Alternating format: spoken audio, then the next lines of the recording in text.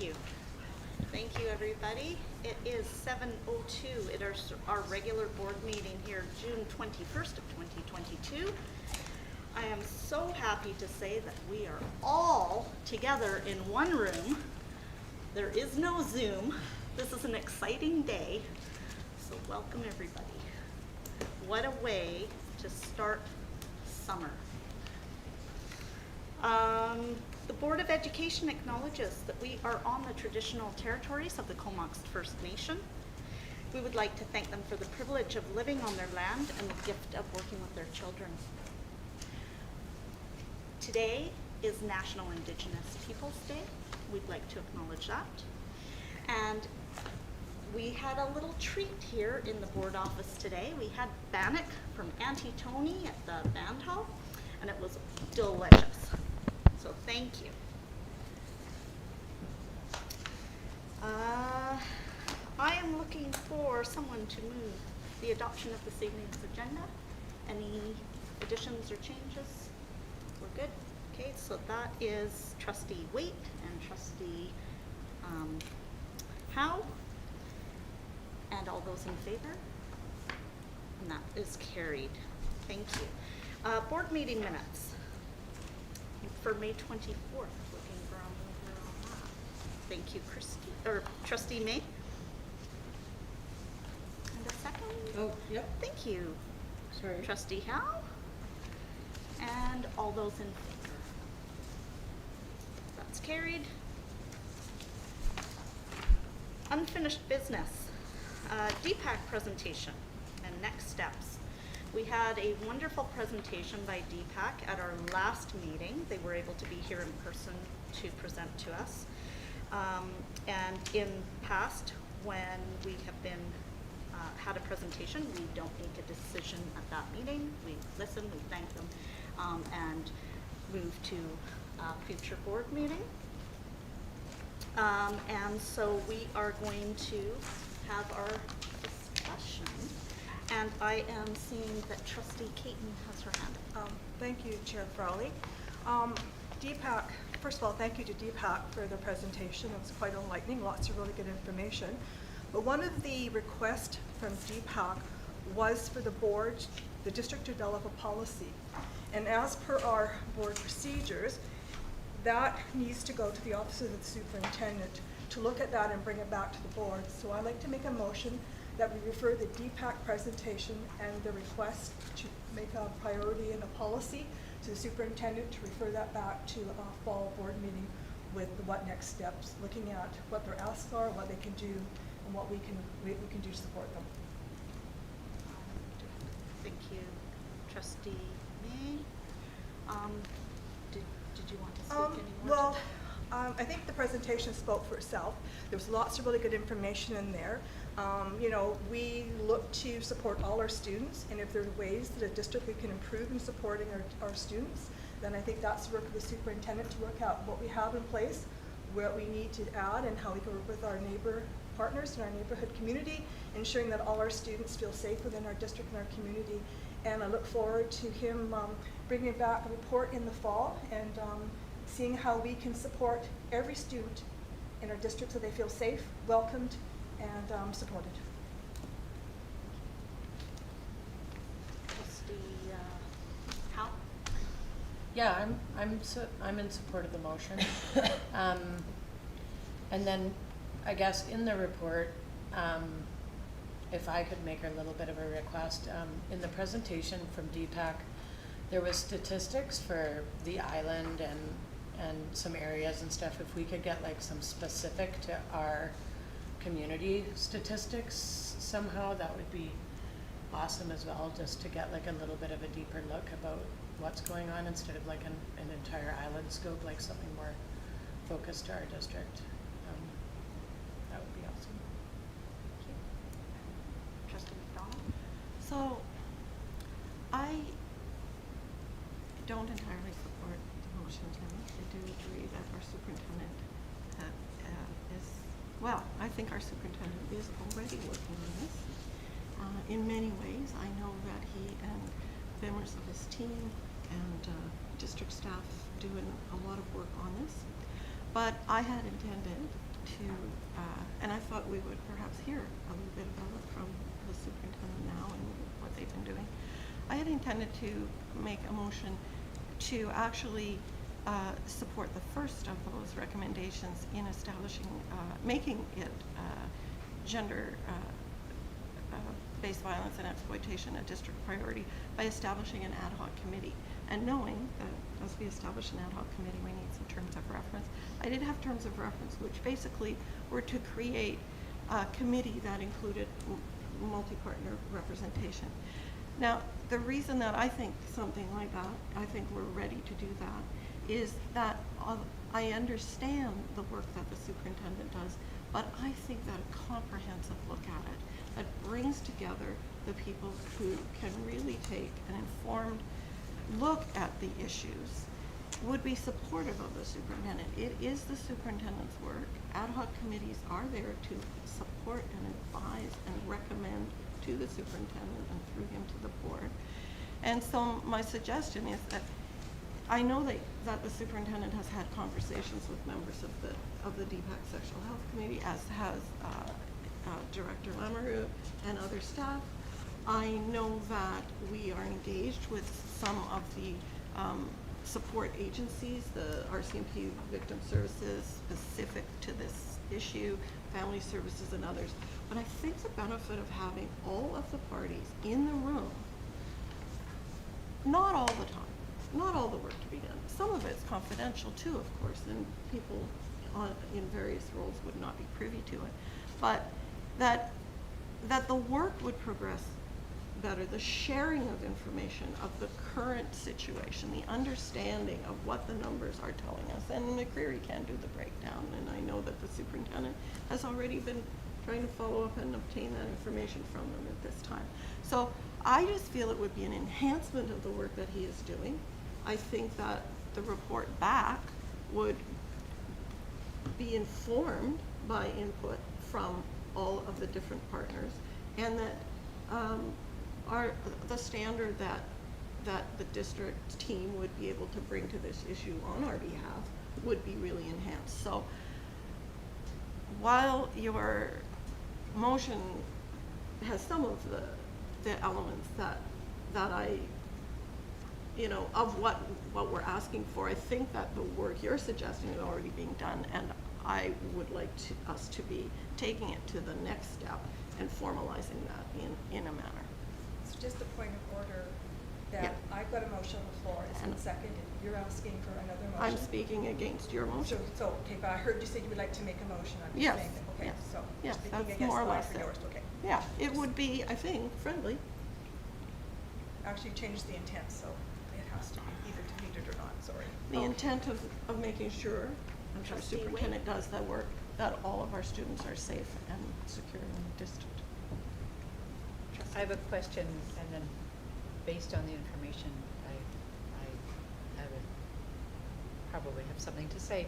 But I'm curious, I didn't quite hear the motion. I'm wondering if it could be read again, because I wasn't quite sure if it was asking for a report or a policy, and so I'm hoping I could hear it again. I can repeat it. That would be great. Okay, so we received a request from DPAC, draft re-motion re-gender-based violence reform. And as per our procedural bylaw, I made a motion to refer DPAC's presentation to the superintendent, consider their request to make a motion regarding gender-based violence reform, and bring the recommendation back to the board in the fall for the next steps. Trustee Howe? Do you have an additional comment I before did, I yeah, no, that's ask okay. another question? If I could, if I Yes, could just yes. process that for a little bit Yeah. longer Okay, and Trustee come back. Howe, and Thank then- you. yeah. So, just for clarification for me too, so if your motion passes, we would get a report in the fall that would be like a more fulsome look at what's happening in our district and everything like that, and then at that time, we could have some time to process and potentially make a motion if we wanted to have a committee built at that time. based on the evidence that was in the report. Is that sort of,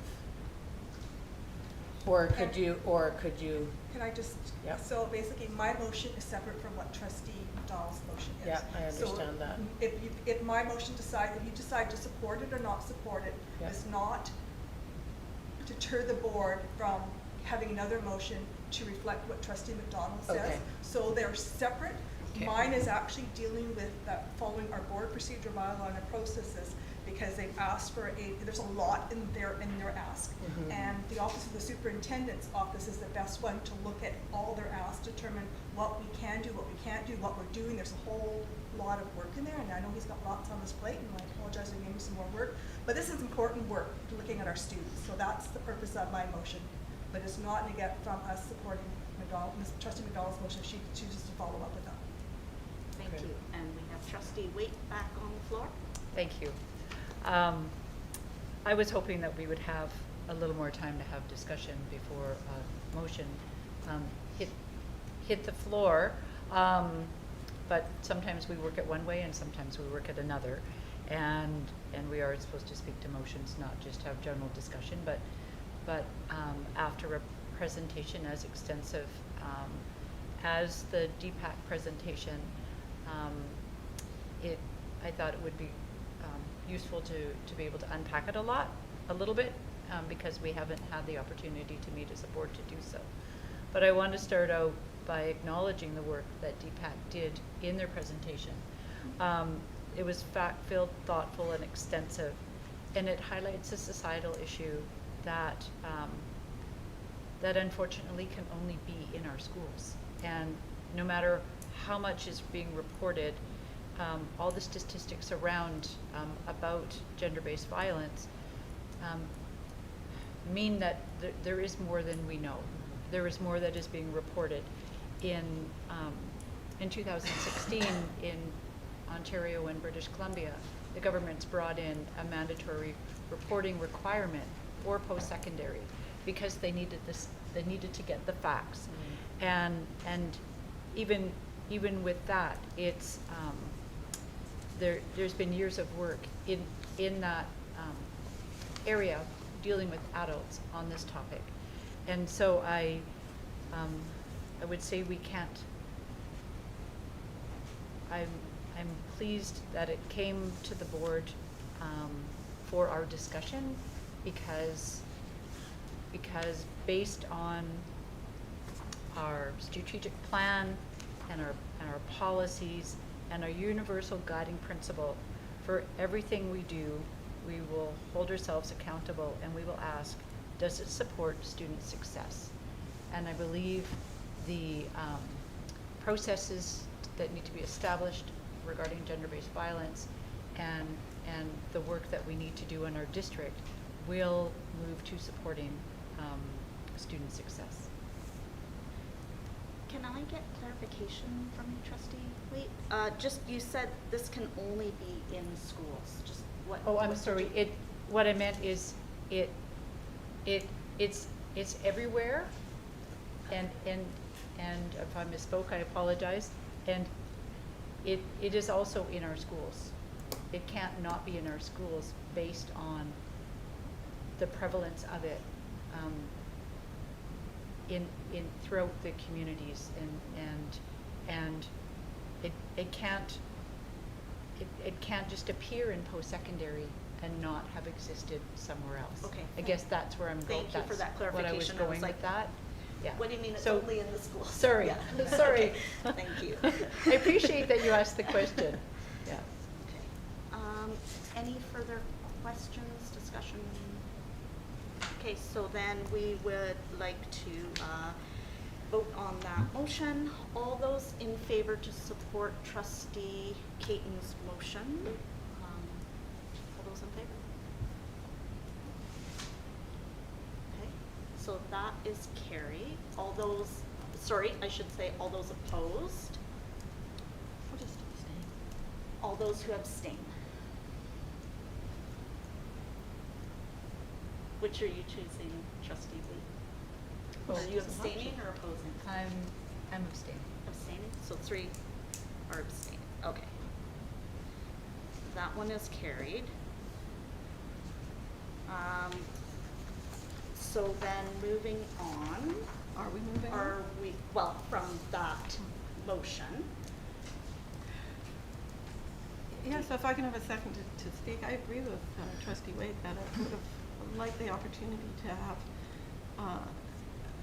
more of a discussion. I was really concerned with some of the numbers. I mean, and even the number of the percentages of students reporting whether they're using contraceptive or not, all kinds of things that were in some of the numbers and reports are disturbing. And this is an issue that is resulting in student demonstrations in front of school boards around the province. We know it's concerned, so I just feel a sense of urgency. I know the superintendent is doing work, and I feel that the focus of a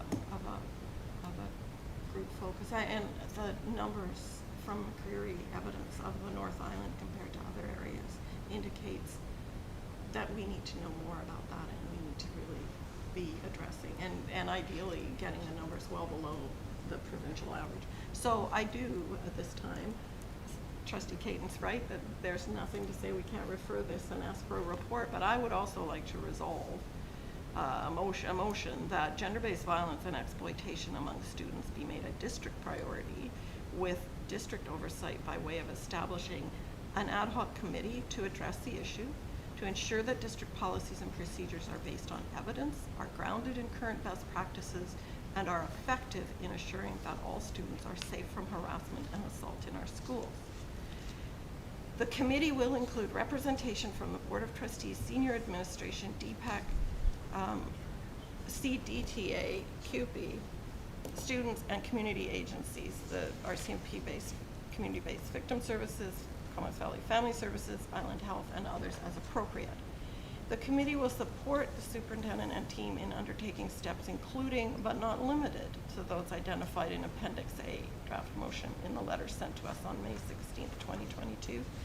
The committee will meet quarterly at a minimum for a 2-year period to review and make recommendations on the district's progress on that issue, with a review in April 2024 to determine whether the committee should continue in its advisory role. So, I don't know if I have someone to second it? Yeah, go ahead, yeah. okay, so we have trustee McDonald and trustee Waite, Yeah. first and second. Okay. So then it's open for some, do you want to speak? I just said a little Wait, bit yeah. in my sense earlier. And you know what I think would really help is when we have a topic to discuss, we do at least one round before anybody makes a motion. I think I'll try to do that myself. I think it's urgent. I think the work that the superintendent is doing is excellent, but I do think that bringing people together to comment, to advise, to bring latest practices, to share what they're hearing in the field, and help identify priorities would help move forward on this. And I really do feel, I feel that is a model actually that works well in other situations. The terms of reference are there with a timeline, who would be involved. And my understanding is that the various groups might put forward the representatives that they feel are suitable, and that the ultimate decision is the chairs to appoint them to this committee or not, according to our bylaw. So it is advisory, it supports the work of our staff, and it does create a channel to report regularly to the board. Trustee Caton. It's a lot to digest. And you talk about the work of the staff, compliment the work that the superintendent is doing. And I'm going to ask the superintendent to address that because I'm unclear of what Trustee McDonald is referring to is what some of the comments she's referring to on that one there. I'm also looking at our board procedural bylaws and our motions, and there's a lot of ask in that there, and I'm tempted to table it because it's a lot of information, a lot to digest, and a lot of work, and I'm unclear because that's like about 3 paragraphs in your motion And so, and while it's very important work, and don't get me wrong, it's extremely important work, and what you talk about is we need to address, but your ask there, Trustee McDonald, was quite extensive, and it was overwhelming because you referred to a lot that the superintendent was talking to. So I'm wondering through you, Madam Chair, if maybe superintendent could address some of the comments Trustee McDonald made about complimenting the work that you're doing, and some of the other issues she's brought up. Before we make an informed decision, we need to get all the information from yourself. So I've, thank you. Chair, thanks. Absolutely. So I have asked our Director of Inclusive Services, Mr. Lamoureux, to look into some of the things that were highlighted in the letter and actually prepare a presentation for trustees around what is happening now, just to understand the full scope of what's going on in our schools and in our district. The second part of that is I was finally connected this afternoon with McCurry, and they are willing to make a presentation to understand and unpack what is the survey. And as you know, the 2018 survey is currently active until the fall. They will start, the new survey goes out this fall. Their timeline, they're hoping by next spring to have the new results, which will then allow a comparator to see if some of the programs that have started in our district, if where we're at with it. So we were able to get some information, and I had quite a lengthy conversation with the individual this afternoon, and going to continue that on into next week. So with some follow-up around that. So that's some of the background work around what's been happening with the request in terms of finding where we're at right now and where do we need to go. So I actually have something I'd like to say before I go to Trustee Waite and Trustee May, if that's all right with everyone. One thing that I had heard in the list of people to be included, PVPs weren't in that list. They certainly should be, shouldn't they? Absolutely. I'll they're- accept a friendly amendment. Okay. And then my other piece is to go to the parliamentarian, as Janice had said about tabling it. Is that the safer way to do things so that this can be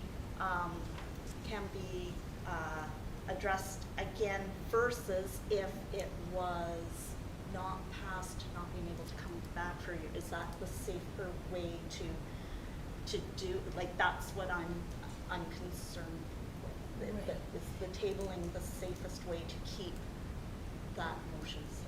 Yes, so the motion to table is not debatable.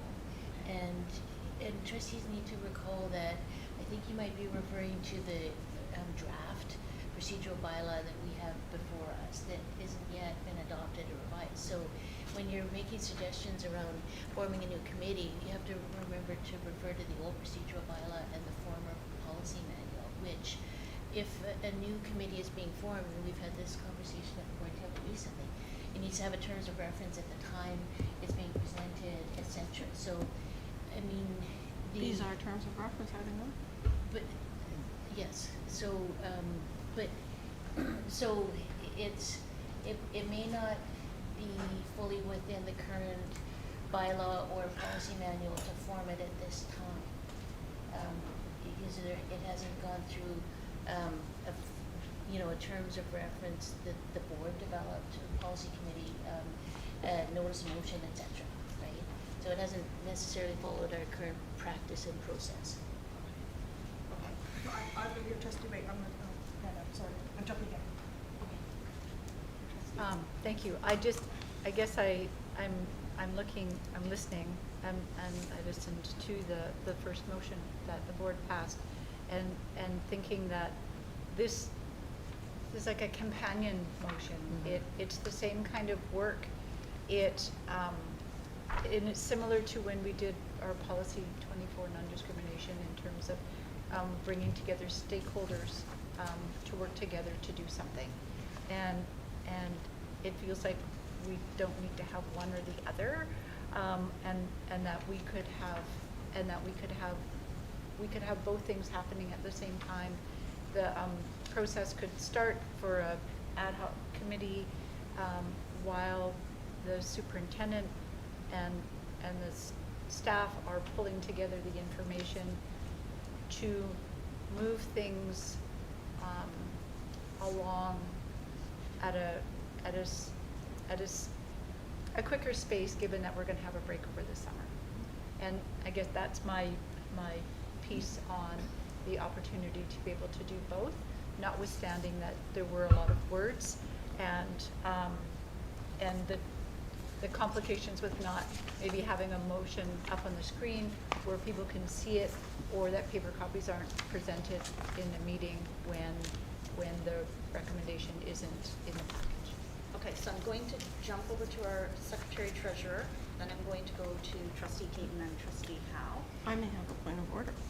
So, I think, so one of the things I wanted to address was the term ad hoc committee. So if you look in our current procedural bylaw, there's actually no definition for an ad hoc committee in the current procedural bylaw. I added that as a change in the proposed draft that's before the board that we haven't got to yet. So currently, we don't have clear procedural bylaw around creating those types of committees. It's in the And policy it's in the handbook. policy manual, but it's not in the board procedural bylaw. It's a policy of ours on committees and how they are formed. It is an existing policy. The point of order is that I read that policy on what an ad hoc committee, establishing an ad hoc committee because of past experience. This says why, it says what, and it says how long, the terms. So that's terms of reference as far as I'm concerned. It is our policy as to how an ad hoc committee should be formed. The ad hoc committee is advisory, and all of this language, which seems to be so confusing, is taken directly from it is a reworking of the language in Appendix A, and it, to me, sets out fairly clearly a number of things which need to be considered and which maybe additional information would come. And we have had this in our hands since May 16th, so I don't find that it is a whole lot of new language. It is part of this agenda package, and it was part of their presentation on May 16th. So I'm confused. Okay, I'm So- going to go to trustee Caton. I'm going to make an amendment to your motion. Okay.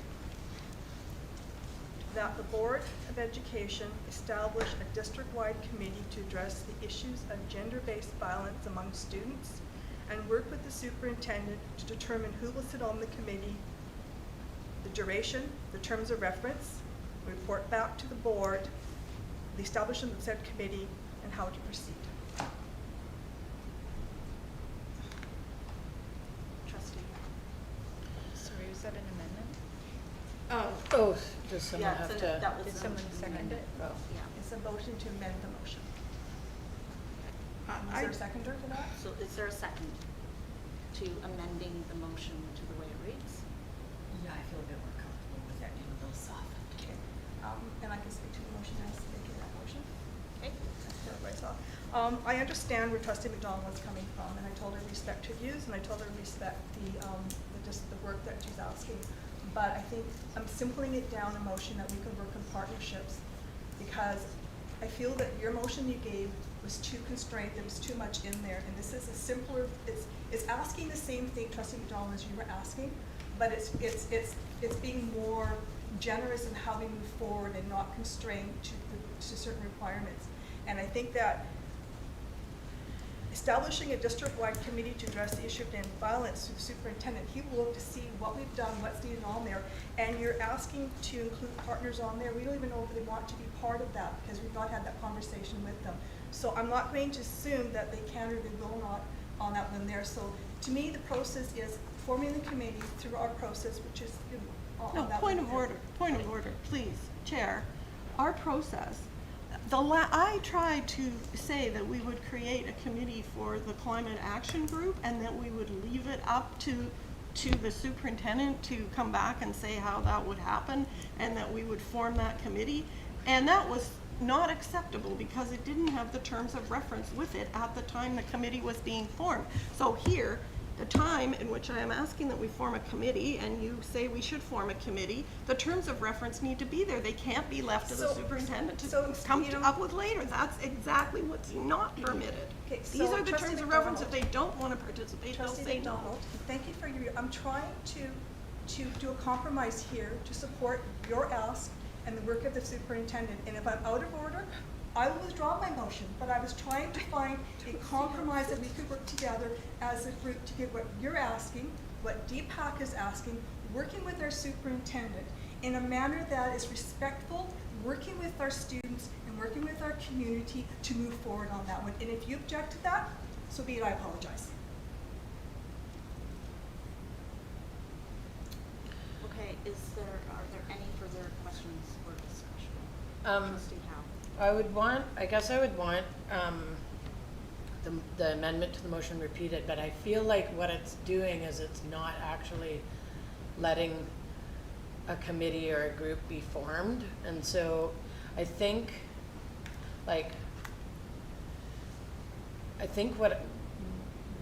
what I would like to, am I allowed to just say what I would like to see? Am I allowed to do that?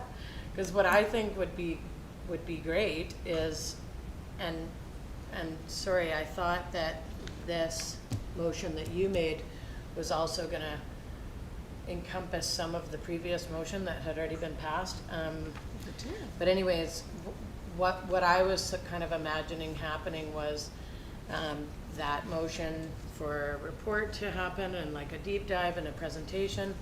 But my wish would have been that we could also have a group, some type of a group formed or some type of an invitation to a potential group so that they would also hear that information with us and we would be able to sort of start developing whatever's going to happen here. And excuse me because I don't know exactly, like, you know, all the parliamentarian issue, like hoops and all this that has to go through it. But my dream for our district would be that, you know, we would look at this issue seriously and that we would get this presentation, but that it would be done in a, you know, sort of a format where we were inviting some of these partner groups to come and hear. And I don't know if, like, I was kind of thinking you would form a committee to do that. So that was kind of where I was at with it. So I'm just not sure how to vote, I guess. So I guess I need everything read back to me again so that I can make a decision. Okay, I'm going to go back to Trustee Caton for a clarification to Trustee Howe, I'm guessing, and then I'll go to Trustee May.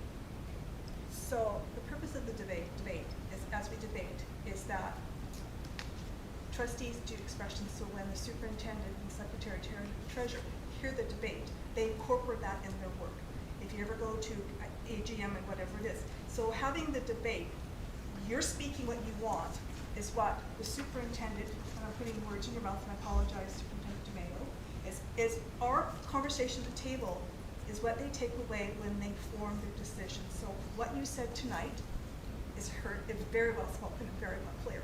That I think that you asked to be included, so you can either amend it or as you move forward, you would like that to be considered. So your voice, what you said, is actually part of the discussion as we work on moving forward on any motion in the debate.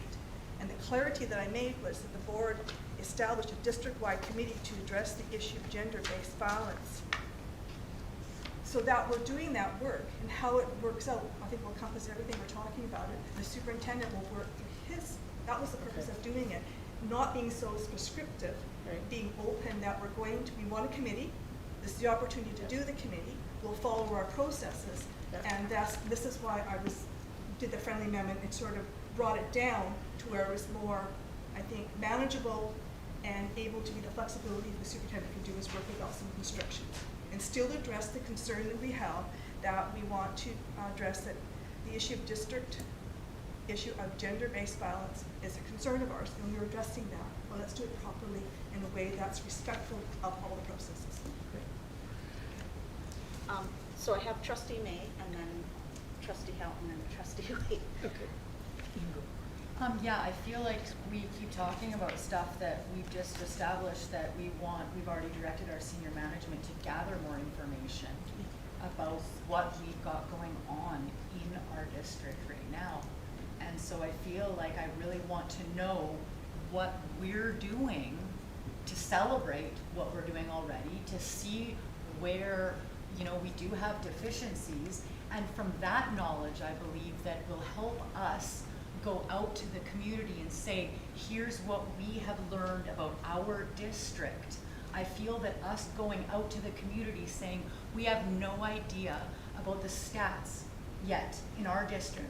We have no idea about our specific stats in our district. That's why we've already passed the motion to get this information back to us. And I feel like I want us all to be educated to the current policies that address everything that's in here, the current policies that don't. And I'm really thrilled to know that you guys, from what's already been spoken, without a motion, have already started to collect that data for trustees and to help us navigate this. And I guess I feel like it's putting the cart before the horse, going out to the community and saying, we want you to be a part of this committee, because, you know, we've had a delegation come to us, and so now we're taking action immediately, and we're just going to start this committee when we don't know the information on our own schools. I want to know in each school what's going on. You know, I want to know what we can do. I want to know what other communities are doing. We don't need to reinvent the wheel here. We can align and take, you know, the positive things that other school districts are doing, and we could look at their successes, because there's lots of school districts that I'm sure already have different policies in place that are working and that aren't working. And I feel like I would like us to all be more educated and to learn more about this and what we're doing, what we're not doing. And so that's where I felt more comfortable with the idea of moving forward, with you know, putting it to the hands of our superintendent to report back to us, and to definitely report back to us, and for us to take further steps at that time if we all feel that, yes, it's time to set up a committee, it's time to set up this, it's time to set up whatever. So I feel like I would definitely like us to have more information. Thank you. Trustee Houghton. Is there like, I just feel like the way that like how quick the year goes and how quick time passes, like I hear what you're saying, but is there like a way that you can amend the amendment to like put in, like make some terms of reference so that once we get that information, we don't have to wait like 3 more months to, or whatever the time frame would be, to like start a committee? Like if we kind of know that that's where we're headed, is there steps that we can take today to ensure that that is going to happen, so that the intent is sort of a little bit more concrete, I guess? Like I understand that you guys are looking at this, Sheila's motion, and it's super wordy, and like I get that that's overwhelming, but I also, I mean, if everyone agrees that that's the intent, is there not a way that we can just, like, how would I do that? To what would be the, like, you know, I also, you know, don't want to, you know, I just don't want to lose traction. That's my thing with it. So what I think, you know, later on our agenda, we're looking at forming a potential committee of the whole structure. And so a committee of the whole, we've got a closed committee of the whole and an open committee of the whole. So if the board supports that later on in the agenda, this is a perfect topic to bring to an open committee of the whole, where we could have partner groups and other people come, hear presentations, and then there's no decision made at the committee of the whole. There's recommendations for the board meeting 2 weeks later. So the format would be, I think, conducive to exactly addressing this type of, and allowing a bit more detailed discussion in a more relaxed format to really unpack where we're currently at and what we think would be most advantageous going forward to try and address the concern that's before the committee. So that would be, you know, like you were asking about the type of venue for, you know, having that conversation. Yeah.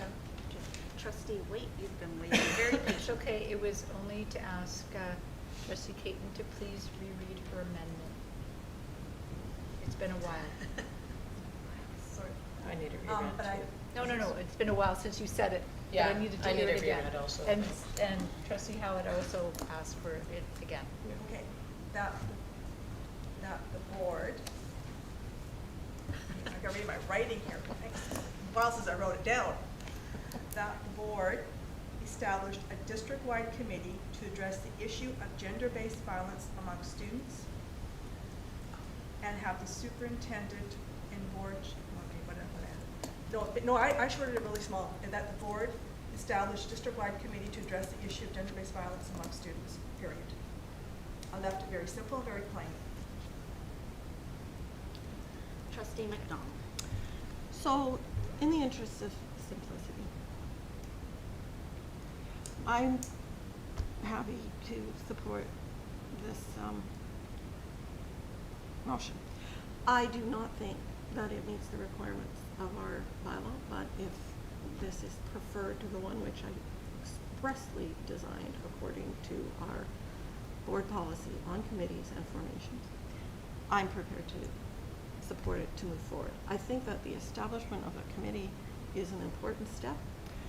I think that Trustee Sachs is confusing two things. The information that we as board members need to be aware of, the level at which we should know what's going on in the district, and I don't know that at every school is the right level. I think with a general sense, we do need to inform ourselves, and the information some is already available.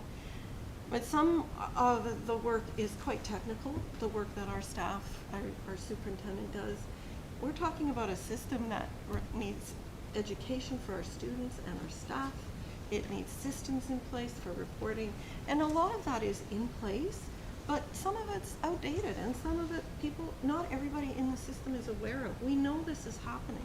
So a committee, the DPAC committee was written by people who are expert in the area and have spent quite a bit of time on that committee considering it and getting input themselves.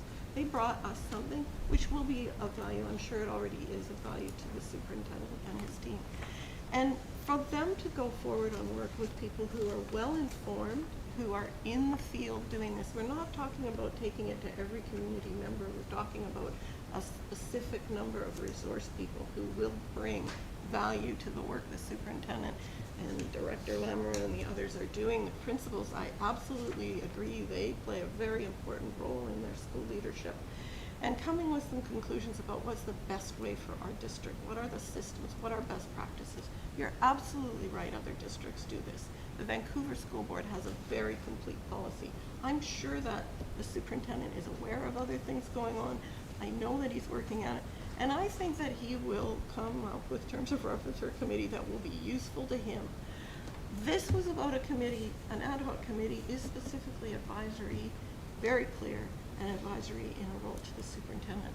We're establishing a committee of the board under your motion. I'm okay with that, but I think really we'll probably see that work being done in delegation with the superintendent.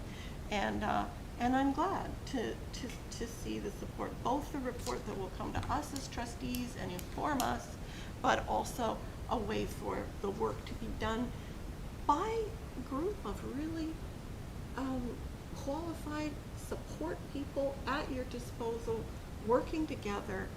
I feel sure that our district's programming will be in very good shape as we move forward, and I appreciate your support. So I'm just wondering if we should call the question, because everyone's spoken to at least twice, so I think it's time to follow our procedure unless Trustee Hawks made a change or something, I haven't spoken to it, so everyone else, we followed our process to call the question. Can we just repeat the motion that we are voting on? So we're- I am so sorry. Yeah. We're voting on the amendments of it for this committee.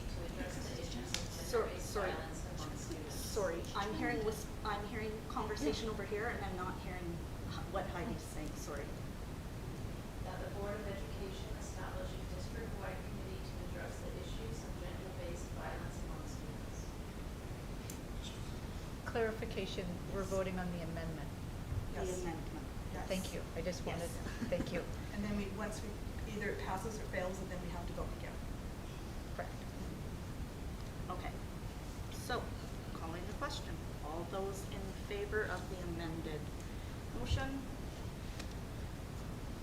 All those opposed or abstaining? Abstaining. Thank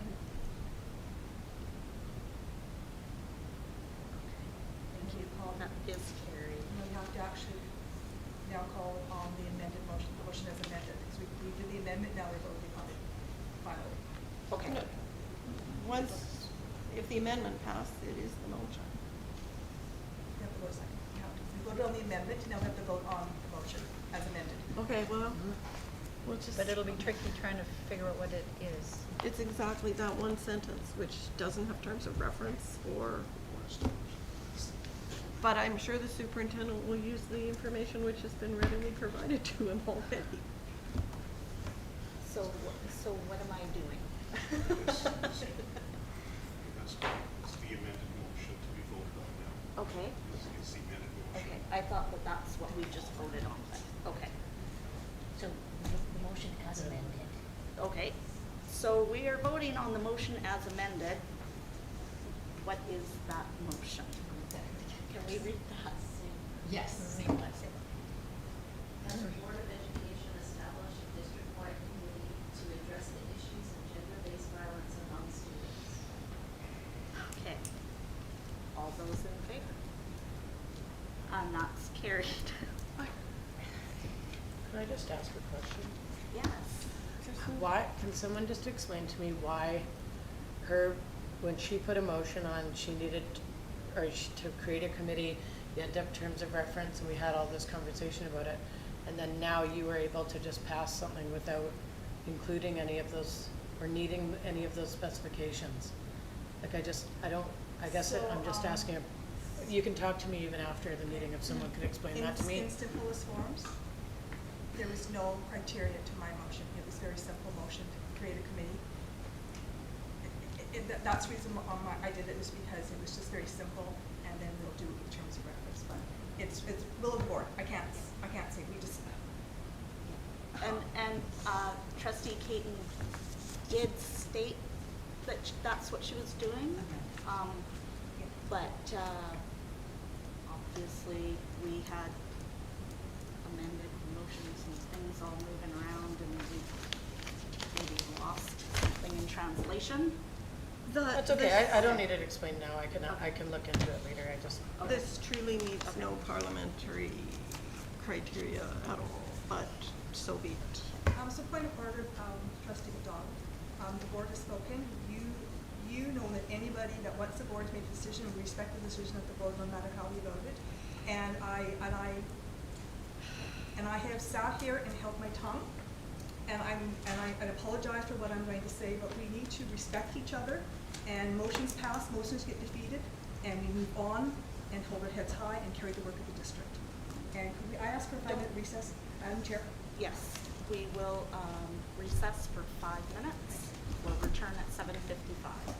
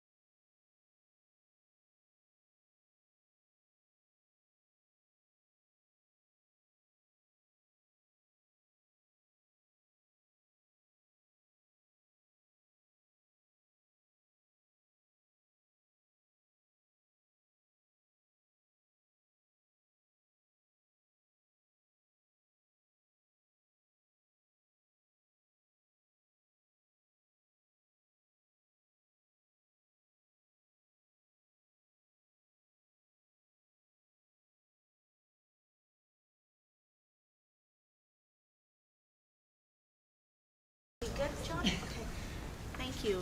We are back. Everyone's taking a breather. And we are going to move on. Oh, excuse me, Chair. Oh, Not quite, not quite. We're still on the DPAC presentation, if you don't mind. Okay. Thank you. Yeah. So I just wanted to bring forward an item, and I hope that it's in order. And it's been a while since we'd had an in-person public presentation brought forward to the board meeting. And upon reflection of that being the first one in a while, and reviewing some of our processes, I have a motion that I'd like to bring forward. And so please tell me if it's in order, somebody, when I get to the end. That the board request the policy committee to review our public presentation language and review our agenda setting timelines and report back with recommendations to the board. I'll second that motion. So we have trustee Waite, trustee Howe, and do you? Well, She can, motion okay, and I then thought wanna maybe see- you So, were jumping so in I, there, so. Only in that we've got delegation language and presentation language, and maybe they are there for different things, but it feels like there needs to be some clarity that we can provide in terms of the public presentation language to support the public who want to come and either share information with us or speak to an issue to us. Is that correct English? I don't think so. And I just felt like it was an opportunity for our current policy committee to maybe have a read through and potentially bring back recommendations. Thank you. Trustee Kane. So I actually concur and actually spoke with the Secretary Treasurer yesterday about that one, because if I was reading her draft policies and bylaws that we were given, she's actually addressed that in there already as something to look at. So I'll support that, but I'm wondering if I'll go to the Secretary, through the new Madam Chair, through Secretary Treasurer, she's already identified this as something to look at. Are we doubling the work, or is it already being addressed? I'll go either or. I just want to make extra work for our senior leadership. So it's something that she's addressed as something to need to be looked at, and what the process on that one there. So just a question to a parliamentarian. So, Madam Chair and Trustee Keaton, yes, that was something that was identified through the presentation that occurred at the May board meeting, that there was some, work that needs to be done around our language and, the discrepancies between different publications we have and policies and our bylaw. So, that the work generally, staff prepares the amendments and presents it to the policy committee. So if the board supports the idea of a committee of the whole going forward, the policy committee would be part of the committee of the whole, and we could bring drafts to the inaugural committee of the whole meeting to address the changes that are needed around that. So trustee McDonald and trustee Waite? Yeah, I entirely support the idea of referring this matter to the policy committee while it is still, assuming it will continue in one way or the other. And that I would think that, I know that our Secretary Treasurer's been doing considerable amount of work on some elements, and still there are some to be, she's identified things that need to be fixed, and this is one of them, because the language about delegation and the language about presentation are both confusing as they stand, and they they're contradicted by the public statement on our website where it says, meetings and public input, and that would be the one that most people would go immediately to. But I noticed it was, as I read through the draft operational policy earlier, it says that the agenda will be set on the Monday prior, and items for the agenda need to be submitted to the Secretary Treasurer by Tuesday at 4 p.m. So obviously what's still sitting there does not work at all. If the agenda is set on Monday at noon, our current policy says that items should be there before 4 on Monday. So setting agenda on Tuesday would be a good idea, which is something that we used to do. And but as it stands now, it's not right, and I think that it takes more than one person taking a look at it to actually say what is this thing, and I support it, so, yeah. Trustee Wait. So, I don't think I've ever done this before, amend my own motion. But I'd like to amend the motion to capture what I've heard and have it read, that the board request that the appropriate committee review. So change It could be a policy friendly committee to appropriate committee. And then I think it captures if whatever changes may take place on our committee structure, and it moves the item forward. Is everyone happy with It's friendly amendment. So is there a seconder? Okay. Yes, Okay. second. Okay, so, so trustee, May had seconded, so, so we have, trustee Waite has amended her motion. So now clarification from our parliamentarian, I'm going to do this twice because there's an amended motion? No, sorry, Madam Chair. So Okay. the amendment was a friendly amendment. It Okay. didn't change the intent of the motion, so Friendly. we Okay. can just vote once. Perfect, okay. Friendly amendment by trustee Waite, seconded by trustee May, and trustee King. I would just like to thank Trustee Wade for bringing it forward. It's great to have the discussion in public, that we've identified that there's an issue so that those thousands of people that I say that are watching us, recognize that we do recognize there's an issue to support them in supporting us. So thank you for bringing that up and having a public discussion to acknowledge to the community that we identified a problem and working on it to support them and they're supporting us. So thank you, and thank you, Secretary Treasurer, for all the hard work that you need to continue doing on our much needed work on our bylaws and our policies. Thank you. Okay, so then are we good to vote on the friendly amendment? Okay, all those in favor of the friendly amendment? No, we're voting on the The motion. amended emotion, amended motion. Friendly motion. motion. The motion. Motion is amended. But it's a friendly amendment. It is, very. Oh, this is so confusing. Which actually isn't a real thing, but I'm happy to move us forward. All those in favor of this motion? I That better is vote. carried. Okay. So then, are we done our unfinished business portion, our number 4 of 25? Okay, number 5, record of in-camera meeting minutes and reports, May 24th, for our regular in-camera meeting, May 24th for our special in-camera meeting. Oh, my goodness. Okay, now, I have mentioned, I'm exhausted, and I have mentioned exhaustion in my board report, so here we go. Do we have to do anything with this? We just received it. Did I skip a No, step? you're good. Okay. No, I didn't know if we Okay, had to carry vote to on. receive, but. Okay, thank you. Okay. This has been a month of celebration, but a month of exhaustion. We have had, I'm just going to state all these things that trustees have been involved in. Maybe not all of us, because we have things happening on same nights. And we do have families who now and again like to see our pretty faces. And sometimes we sleep for 2 hours. We've had PAC wrap-ups. We've had the MLA and Courtney Elementary meetup. We have had the Highland Grad at Philbrook Park. We have had Knights Grad at Crown Isle.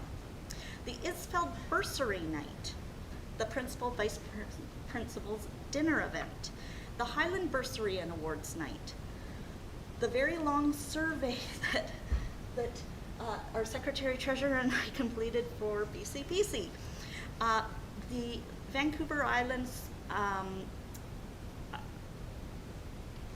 Vista What's the S stand for? School Trustees Thank you. Association.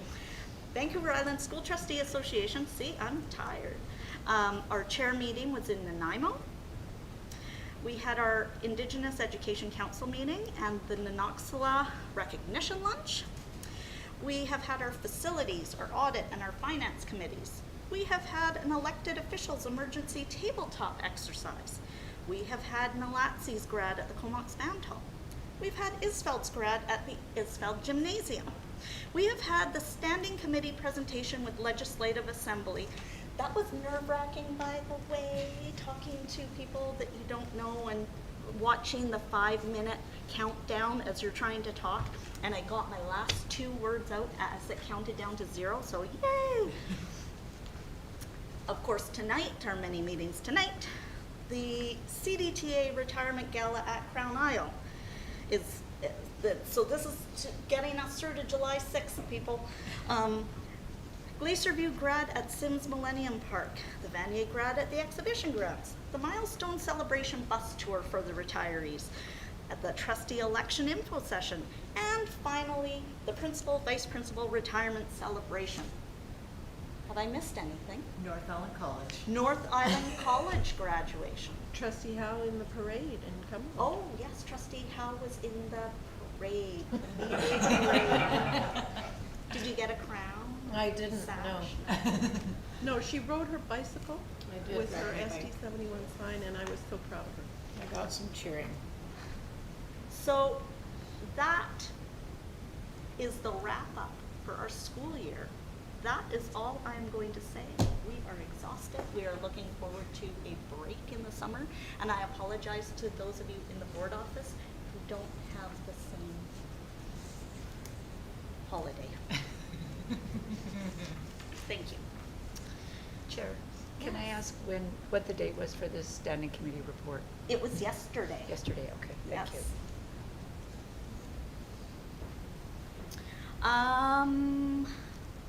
We do not have a presentation or delegation tonight. Education committee meeting. There was no meeting in June, and At this point, our next meeting will be October. October. We look forward to hearing what the topic will be. Strategic direction. Superintendent Mayo, it's all yours. Thank you very much, and with the chair's indulgence, I'd like to flip through some of these switch orders just to make sense of the progress. So just a few things I'd like to highlight, then I'm going to turn over to a bit of a celebration from our communication manager, who's going to share some slides and presentation with us. So some interesting things have happened, as you've alluded to in your report, lots going on, June. And remembering this is the first time in 2 years where we've had many of these activities and realizing the importance of them. So there's been a lot on. I do want to just highlight a few things that have happened. So we had a huge celebrations across the district for the Indigenous Day today. And we're looking forward to being able to post some of the photos and some of the activities. People were phoning in and sharing things that happened at their particular sites. So lots of great celebrations that occurred. So congratulations to everyone that took part and enjoyed the day. Highland Secondary, with support from the Inclusive Education Department, teacher Michelle Genge took 16 high school students from her Advantage program on an overnight canoe trip to Puddle Lake. Now, sounds interesting, it's good. It was an unplugged day. So for 2 days, these students completely unplugged and no technology. And these students faced many challenges in life and in school, and for the most part, it was their first opportunity to participate in a trip like this. And they named the trip Out of Our Heads and Into Our Bodies. And it was a huge success, and Principal Patterson was sharing some of the highlights and some of the smiles that kids had after doing that. And you know, the big one, leaving the phones and all technology behind and just going out and enjoying nature. So congratulations on that. Mark Isfeld Interact Club, they won a grant for $5,000, which will be matched by a donor, allowing them to donate $10,000 to to the Comox Valley Foundry. So congratulations to everyone at that school. What a way to contribute back to the community that helps. So congratulations. Unfortunately, we were reminded in June of emergency situations that have occurred throughout North America at schools, and we had some instances here where we had lockdowns or hold and secures in different situations, and we received some feedback from parents saying, you know, it would be nice to know, and looking at different ways to improve our communication. Through our technology department, Josh Porter, thank you very much, we were able to pilot something where in an emergent situation, and even when we get to those winter days where we have a snow day or a weather outage or buses, that sometimes we struggle to make communication. We're able to communicate now through text for emergent situations only. So on our website, there will be a link where parents, if they provide their cell phone to your child's school in the fall, you'll receive text notification.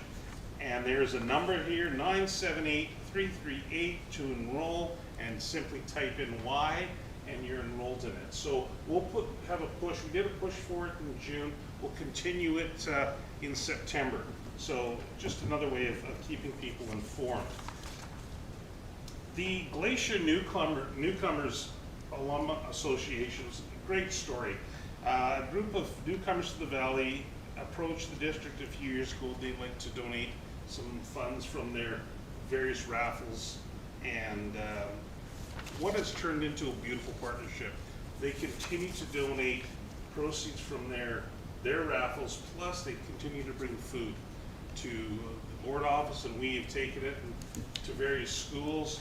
And to date, the district has already received $7,500 from this particular group, and numerous wagons of food, which have been sent out to schools to help out with lunch programs. So thank you very much, and again, another example of our community supporting us. So speaking of our community supporting us and all the wonderful things that have happened, I'm going to ask our manager of communications, Mr. Craig Sorokin, to do a little slideshow presentation. Yeah, so I've been here since November. I'd like to acknowledge that it's Indigenous Peoples Day, of course.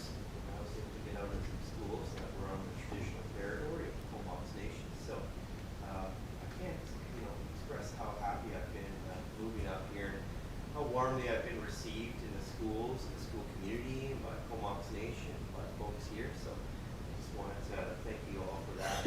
How much I've enjoyed my time. So thinking back to the lockdowns, I think my first day there was a hold secure, and it was a good start. We kind of got to know Monica, the RCMP right away and whatnot. So that side of my job is kind of the issue side where we're dealing with emergent issues. I think I've had 3 lockdowns, 3 hold secures in the last 6 months that I've been here.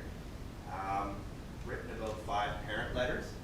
But thankfully, as you'll see in the slideshow, the last couple of months things have started to shift. So early on, if you want to get a little bit off the top about kind of how things flow, so I deal with district comms, so anything you see generally on the website, social media. I helped Tanya write her speech the other day with Brenda, work on videos, the newsletter, parent email, stuff like that. But I'm not just winging it, I'm working with staff here on it, so I work with the manager, director, to make sure everything's in line before we send it over to Tom, and then eventually share with the board and Pat before sending it out public. So that's kind of a basic flow. It's not always like that, but that's generally how things work before they get out the door. A couple of interesting trends online. We're experiencing some decent growth in our social media pages. So we're up over above 3,800 Facebook followers. You can see recently there's been some fairly good growth. And I actually noticed at the same time this is happening, visits to the website have gone down. And I'm thinking this is something to do with the pandemic. And on social media, we're posting a lot of positive stories, a lot of really good stories about what school students are doing in the community, what's going on in the schools. and it's getting a lot of positive reaction. People like to see that, obviously, and people in the general public are obviously enjoying seeing that people are playing sports again, that the track meet back's on and rugby's back on, stuff like that, and it's getting a real positive reaction. And at the same time, website visits are going down. So generally, during COVID, people have been coming to our website for emergent information on where we are with COVID safety protocols. So you can actually see that decline in that bottom chart. You know, generally, you might say that a decline in web visits is a good thing, but perhaps this is actually a good thing right now, in that we're getting less COVID-related web visits. So we can see that we've had some growth in all of our social media pages. And what's interesting is one of the charts that shows the gender breakdown. So the vast majority of our social media followers are female. See that bottom chart there. We've got a few more male followers on the Instagram page. So January, we're back to slow return to normal. So there's a lot of COVID protocols. I worked on school closure processes with Tom and staff here, and this was sent out to parents, and this is something that we were working on and monitoring with student attendance and staff attendance, and this was sent out to the public and in a parent letter, as well as some media picked it up. You can see one of the days I went out and was filming kindergarten students at Quinish, and their typical day that these kids had to do back during the pandemic, hand sanitizers, hand washing stations, lining up single file in the hall, one at a time. These are all things that kids had kind of got to know as part of their normal lives that in recent months have reduced doing that. So a lot of more kind of COVID related and hard news in January. We passed the equity and non-discrimination policy, which of course got picked up. And events started happening again, so I was able to get out to the Cumberland Coldest Day event. They raised over $1,000 just at Cumberland Community School. I don't know if you've ever seen this, but it's a really cool event where kids go around to different stations in the community. There's different community groups who speak to the kids, kind of give them real life examples. So it's a type of outdoor learning that we saw that students were taking part of during the pandemic that I think we'll actually see kind of continue over now that we're even leaving it. But you know, you can see that it's also, you don't have to be in a classroom to learn. And at this time, this is when people were allowed back in the gym. So this is one of the first tournaments, or this was the first tournament that ISFELD held. And they actually had fans in the crowd again.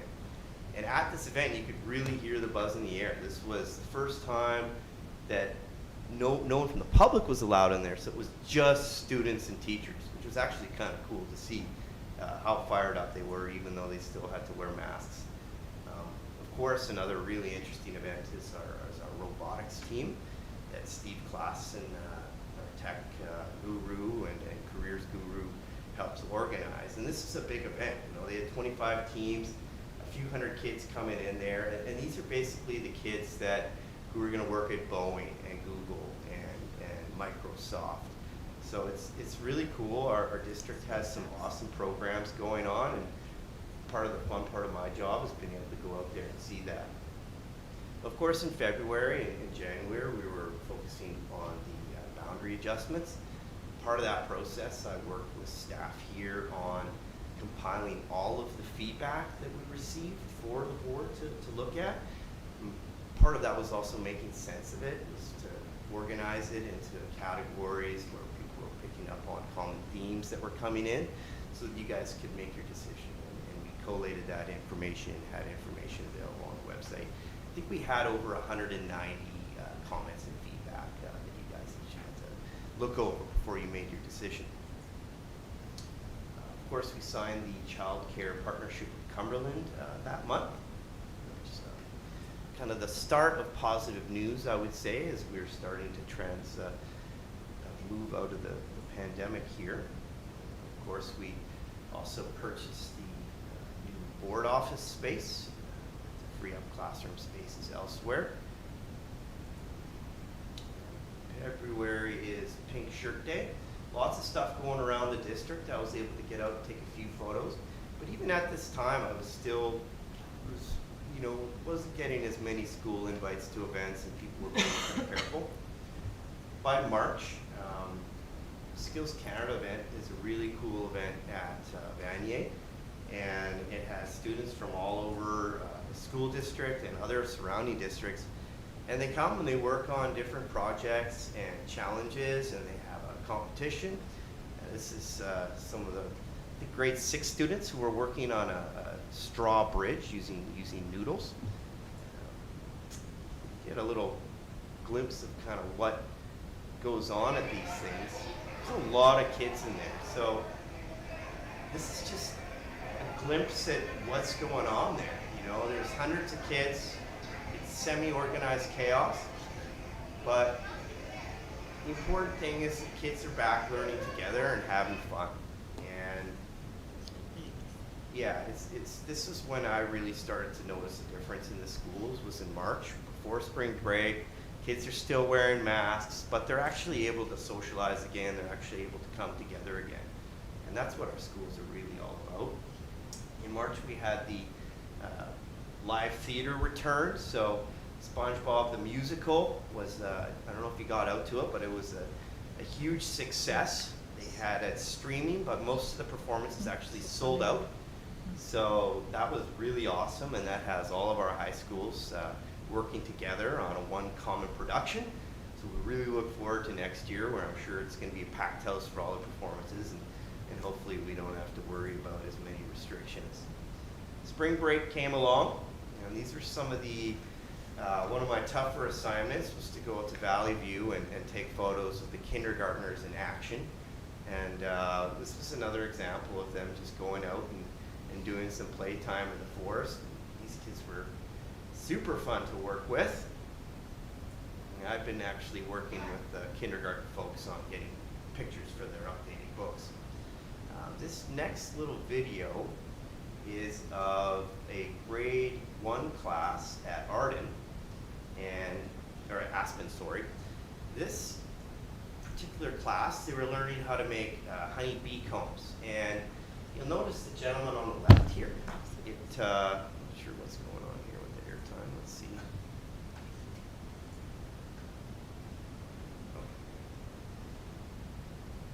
This is the first time he'd been in the classroom with his grandchild, and it was the first time many of the parents in this classroom had been actually in their child's classroom, because they're grade 1.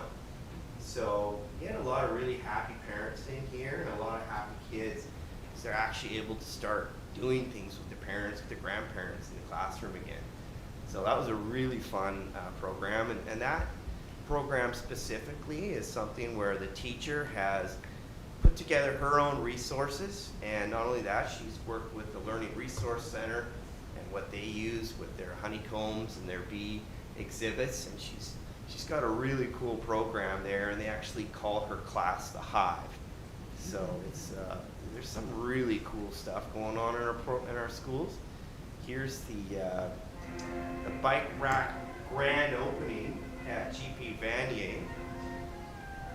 They had a full band there, ribbon cutting. Trustee McDonald was there, some politicians, speeches.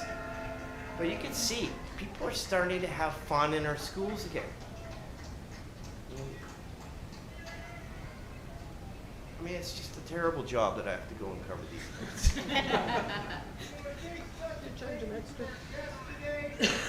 It's good stuff. So April was Earth Day. We celebrated Earth Day at all of our schools. Isfeld had a really cool eco fair where they have outside community groups coming in, presenting to the students. And the students are really interested in this stuff, As we see with some of these issues, they're almost a step ahead of a lot of the adults, right? And so they're in there asking questions, interacting with the different presenters, and it's really cool to be able to go down and see how engaged students are in these things. Another story out of Earth Day that was really cool is this one was the principal of Lake Trail had actually flagged this issue for me. It's a little bit a glimpse into how my job might work. is I'm really focused on stories and interesting stories about people and our students and our teachers, 'cause I think that's what we're all about, really. This is Jay on the left. Jay is a student at Glacier View. Jay had an idea a few years ago when they went to Lake Trail that they should do an eco-fair pop-up clothing shop where everything's free. 2 years later, pandemic started to wind down and they made it happen. Even though they don't go to the school anymore, they were able to come down, set the pop-up show. There was upcycling stations, a repair cafe, all sorts of not only students but people from the community coming in, picking up clothing, repairing clothing. So it's just another example of a cool story, and I was able to highlight that for the paper. Mike from the Record came down, interviewed the student, did a nice story on it. So it's in some ways, the paper, the media, they're very good at telling stories. They're professionals. So if I can work with them on setting them up to come and talk to some more interesting people, it's a win-win, right? In May, the Minecraft Challenge, Jay and I, Director Dixon, got to go out and hand out the prizes to the winners, which was a blast. And these kids were just really fired up to be a part of this competition and super fired up to win. We got to present plaques and trophies and pizza to one of the classes to all the winners. And they're like jumping up and down, happy to get these plaques and these awards. Once again, these are also students who are extremely intelligent, working on these projects, putting in hundreds of hours to their Minecraft Challenge projects. So these finished products, we put together a news release. It got picked up by the paper, but all the videos, all the projects that the kids done are also available on our Comox Valley Schools YouTube page. And when we told them that, the kids were super fired up, knowing that they were going to be on YouTube. So.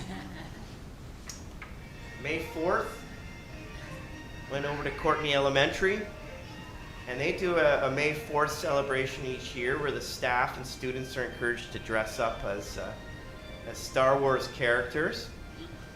And it's just a super fun event. And Courtney L's just down the road, and I get the pleasure of going down there and getting the calls from the principal about when interesting things are happening.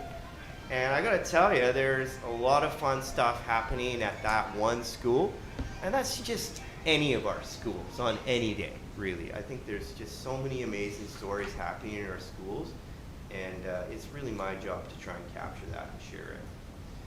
May, first ever Indigenous Rugby Day. Now this was a really cool event. They had 80 identified Indigenous children from around our districts, from all schools, who came down to GP Vanier, and they learned how to play rugby and learned some skills from Rugby Canada players, from some UVic players, from some of the local rugby players at Rapids Rugby here in the Valley.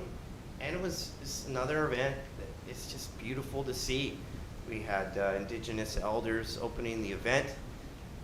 We had also food for the kids there. They got some swag, some prizes, and not one student was on the sidelines standing watching. Everyone was playing. Even the kid at the start who I asked what he liked to do, and he said, I like doing this, and he was playing video games. He was out there throwing the ball around, and a totally inclusive event, and I think it really captures what we're about here as a school district. When we're really preaching and talking about having inclusive schools, I think these events really capture that nicely. Of course, May, the district cycling program was out in full swing. Kids in grades, I think 4 to 6 learn how to ride bikes. They do training programs. If they don't have a bike, the district has our bike trailer filled with bikes, with bike helmets. This was at Hornby and Denman on their bike training days. So we had. I was there. You were there. It was so wet. Yes, but they were having so much fun. Exactly. It's been raining all spring, so I imagine that some of the kids definitely had some wet rides, but everyone's having fun. And this is the type of thing, it's an important skill to learn how to ride, and it's really inclusive because what you have is some kids might not know how to ride a bike properly. So they're really actually paying attention to who's struggling to see how they can bring them up. And they know that the kids who are really good at biking, and some of these kids are in Cumberland mountain biking every day, they don't need that help. But it's something we can do as a school district to help these kids learn an important lifelong skill for when they leave school. This is another pretty large event. It's something that's probably been going on for a few years, but they have the emergency response team come out and make a speech to the grade 10 students. Basically on being responsible drivers. Don't text and drive, don't drink and drive, don't do drugs and drive. I know it seems like a long-standing old message, but this was a really cool demonstration with multi levels of groups involved watching. Now, of course, the track meet. This is really cool to be back at after 2 years, because first time in 2 years that these students have been able to get together for the track meet. And I think there was about 400 kids the day I went. I don't know if you guys have been down there for that ever before, but it's something that you should really, really check out if you haven't seen it. Sorry, this is getting a little glitchy.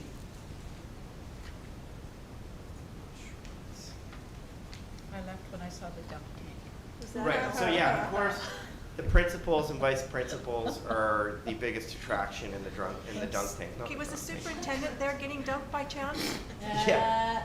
So there's principal or vice principal Burdette who got dunked, and it was pretty cold that day. So, You know Marie kudos to McRae them. did it. And the kids are just fired up. They're like jumping up and down, happy. Of course, dunking the principal. Who Right? would be happy? Exactly. So here's a cool collaboration in action at Puntledge. The Vanier Trade Sampler students were helping Puntledge students, this is glitchy, my apologies, build school gardens. So they had trade students working with Puntledge students on how to build the garden boxes for the school garden, which is going to be part of the school garden project. So there's all sorts of different moving pieces here, and that's Steve Klassen, Mr. Klassen, the skills trades teacher. He's basically got his hand in a million different pies, including one of my favorite events that I got to go to was the Women in Construction Trades event at Sandwich. So here's a picture on the right of all the female students who were there learning how to plumbing, electrician work, woodwork, all sorts of cool stuff. These students on the left are a couple of our grade 11s who already know what they want to do. One of them wants to become an aircraft mechanic and the other wants to be a heavy duty auto tech. And they're in grade 11. I gotta be honest, when I was in school in the 90s, this stuff wasn't around. So it's awesome to see, and we've got some really bright, talented females who are in our trades programs, and I think it's something to be proud of as a district.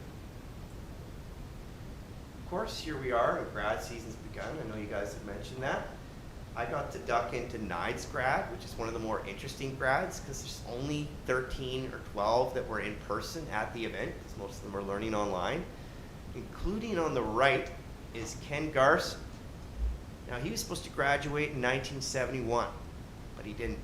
And here he is today at 63 graduating.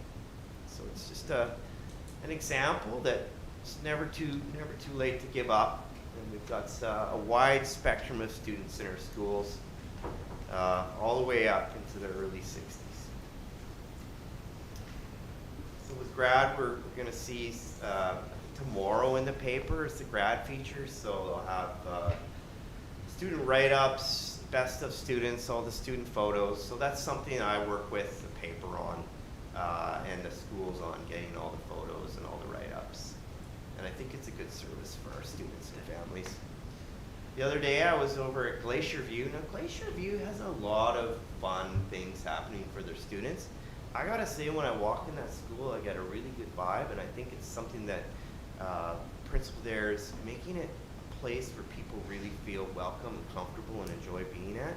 And that's something I feel and know that I'm seeing when I go there. And making school somewhere, a place that people are comfortable at, I think that's a huge, part of what we want to make sure we're doing, and I know they're doing Mr. McCray is the retired principal. He is at the retired school, principal, but and he you- took a pie to the face. I know, and I found out when I attended a PAC meeting that his nickname is Mr. Sunshine. Well, there you go, Mr. Sunshine. There you go. Seems like a popular guy. I Yeah. actually didn't know him there. And of course, many of you were at our Inoxala luncheon, so I helped organize that, and that was a real treat. I was able to go and meet with some of the elders ahead of time, and I'm working on spending time with them just to get to know them. Just an absolute honor to see the work that they're doing in our schools. And I was out at Indigenous Peoples Day today and saw a few more of the wise one, the Inoxala, and the schools and the work they're doing. It's actually beautiful. So it was really nice to bring them together, and I know we heard from quite a few people in the room there that that's the first time that this has happened, and they're hoping it happens again. So hopefully we can do this again next year. And this was today. So there is a lot of cool stuff going on in our schools. I couldn't get to all of it, but on the top there is drumming lessons at Arden. And on the top right we have wise one Sheila. She's teaching them some jigging. And the bottom was the jigging demonstration at ISFEL this morning.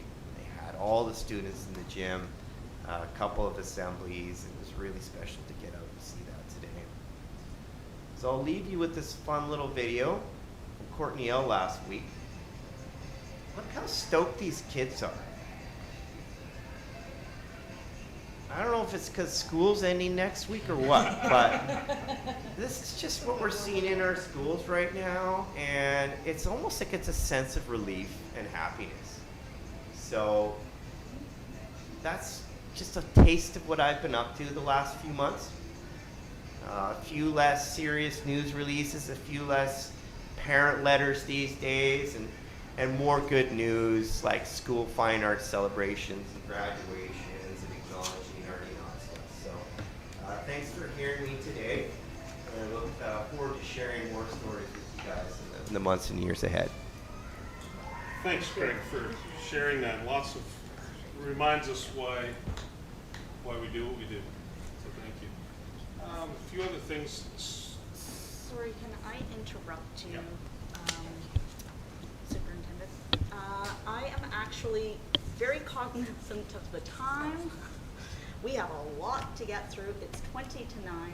Wondering about motion to extend. Second. Sorry, we have to make this to 9:30.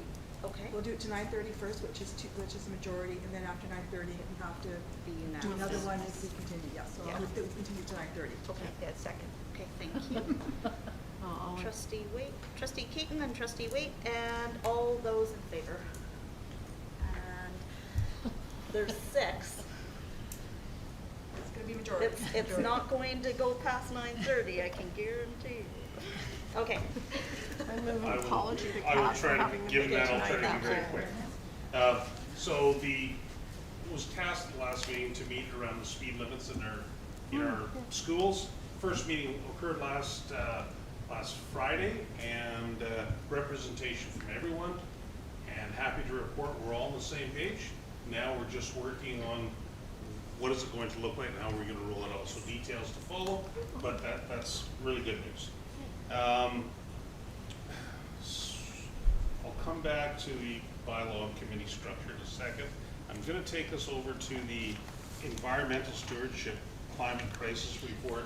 This was asked around, I believe it was Trustee McDonald, you made a motion and around what's happening and what are we doing and next steps. So you were all sent a report, and in the report is sort of divided into 2 areas. The climate change accounting report, that is a requirement, that's at the back of it, and at the front of it are the curriculum and learning that goes along with this. So I'm going to ask our director, Dr. Collier, to give us a very brief, just a real quick summary of the learning aspects that's been occurring, and then I'm going to ask our director of operations to give us a similar brief report of the climate change accountability, and if trustees have any questions based on the reading that they may have done when they reviewed this, to please ask at that point in time. Thank you. I'll just briefly speak to what's in the report. report, you can see that yourselves. It's a pleasure to just be able to share with you what's been happening over the years since 2018 for this strategic priority of fostering environmental stewardship. And it's just a pleasure to represent what's been happening with our students in schools, with teachers, and our community partners. What you'll see in the education piece, the first half of the report, is highlights about what's been happening with environmental and outdoor learning since 2018.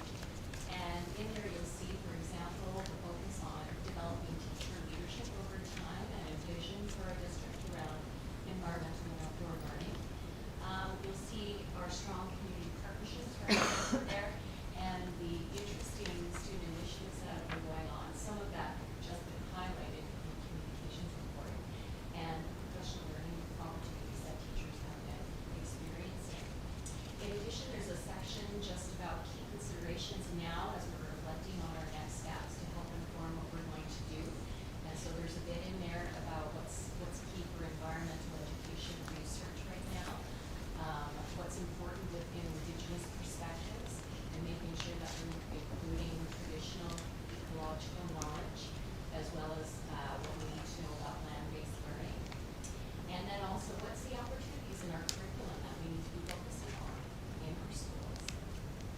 And finally, the last section just gets in a little bit deeper into our next steps. And we really want to focus on deepening student learning in this area and building on the strong community partnerships and the initiatives that we have going. One of the things that I'm really excited about for next year is working with the lead schools on our garden-based learning framework that I think will help with sustainability and making sure that we have our kids out in the gardens learning.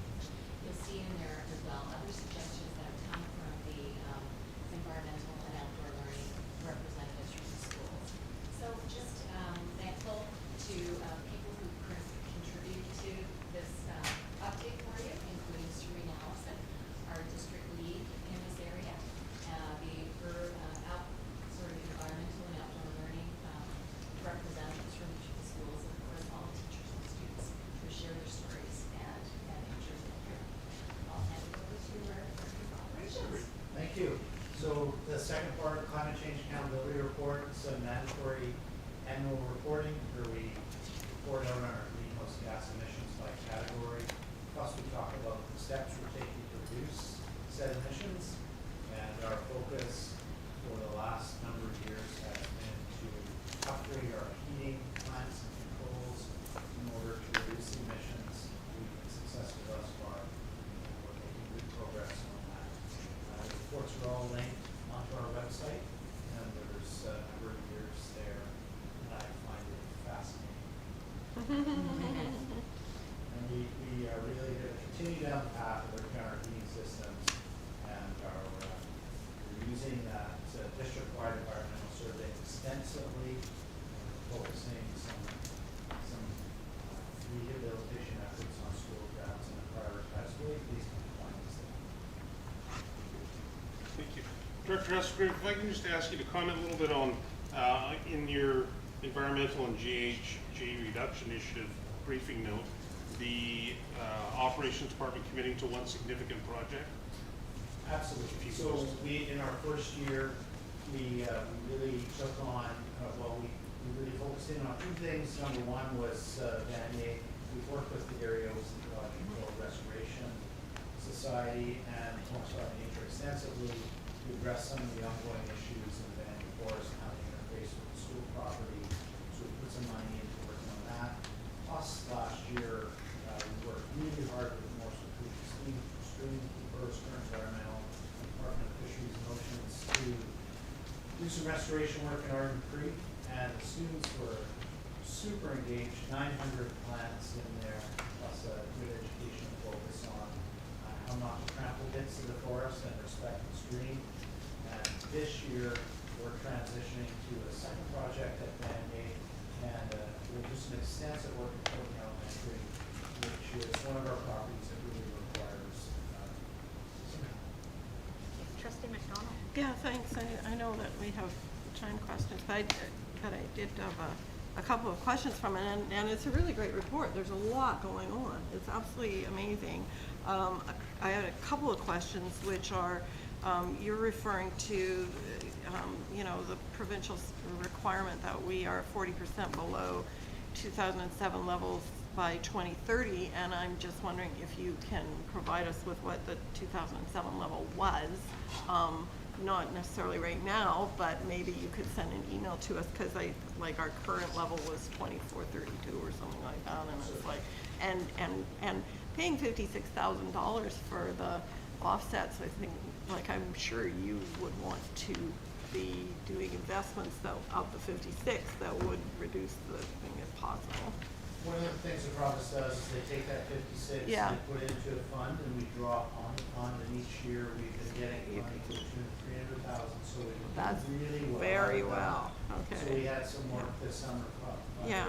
at Yeah, at NICE that's coming out of this. I can certainly give you that Yeah. historical data. One of the things that's a very forward piece that we'll talk about in the fall is we're engaging with an engineering firm to work with a group around setting some hard targets for the district, which is somewhere we haven't gone before, and I think that is the next logical step for us. okay, so yeah, I'm also wondering if you can clarify about, this was on page 49, and you're saying that implementing 5 steps to become carbon neutral, and say measuring operational GHGs from district buildings, district vehicles. Are we not taking our busing into our reporting requirements? Are we considering that an external? Because I think that, I mean, that puts us on a different plane with any districts that do their busing inside, and I think that we would be a little morally bankrupt to say that's not our business. And in fact, our operations, that all of the single vehicle parents dropping off, all of those things have to be taken into our climate, our GHG emissions budget, I feel, and not easy to do, but we're responsible for decisions that have resulted in a certain type of GSD. So am I right that this only requires us to count the district ones? We count our district vehicles, we only have to count our district vehicles. Yeah. We can't quantify the parent input into the. And the bus system? So the bus system, and we struggle with that too, because we extensively use transit as well. Yeah. But what we're doing on the vehicle side is we're beginning the transition to an electric fleet. Yeah, That'll be yeah. a conversation Yeah. again for the fall for us, and it'll be an extensive update. I just feel like our operations are decisions that we make, has implications, especially because transportation's outside of our, so that's important. So, So, yeah, Trustee Wade. yeah. if I could just, the reporting requirements, regarding fleet, Yeah, only include, owned vehicles from an organization and all the overarching carbon neutral reporting. And I know that because it's what I do in my work job, and you can't add in, like, what you think, and they have requirements. they have requirements for reporting, They have, but for the reporting Yes. requirements, yeah, you have to color between the lines yeah. in the reporting requirements. But would we For have? the report that Okay. we've been provided, Okay. just so Yeah, you yeah, know yeah, that. no, the Yeah. report, So, but, Yeah. we have Trustee Caton over here. yeah. Great report, and I'm just wondering, electric buses and electric vehicles, and we're looking at environmental of that. So as we talk about the environmental sustainability, we have vehicles in SD71's carpool, and we have trucks and whatever it is. As part of our environmental sustainability, are we looking to add electric vehicles? I know there's probably a wait list of a few years, but I'm wondering, how are we working on that as part of our environmental sustainability and how we move We've forward? already placed our order for our first vehicle. The arrival time is truly unknown, and I communicate regularly with our transportation provider, the one that is in North America, and they're again working on transitioning to an electric. So the process is beginning. It will be a bit of a long. Okay, thank you.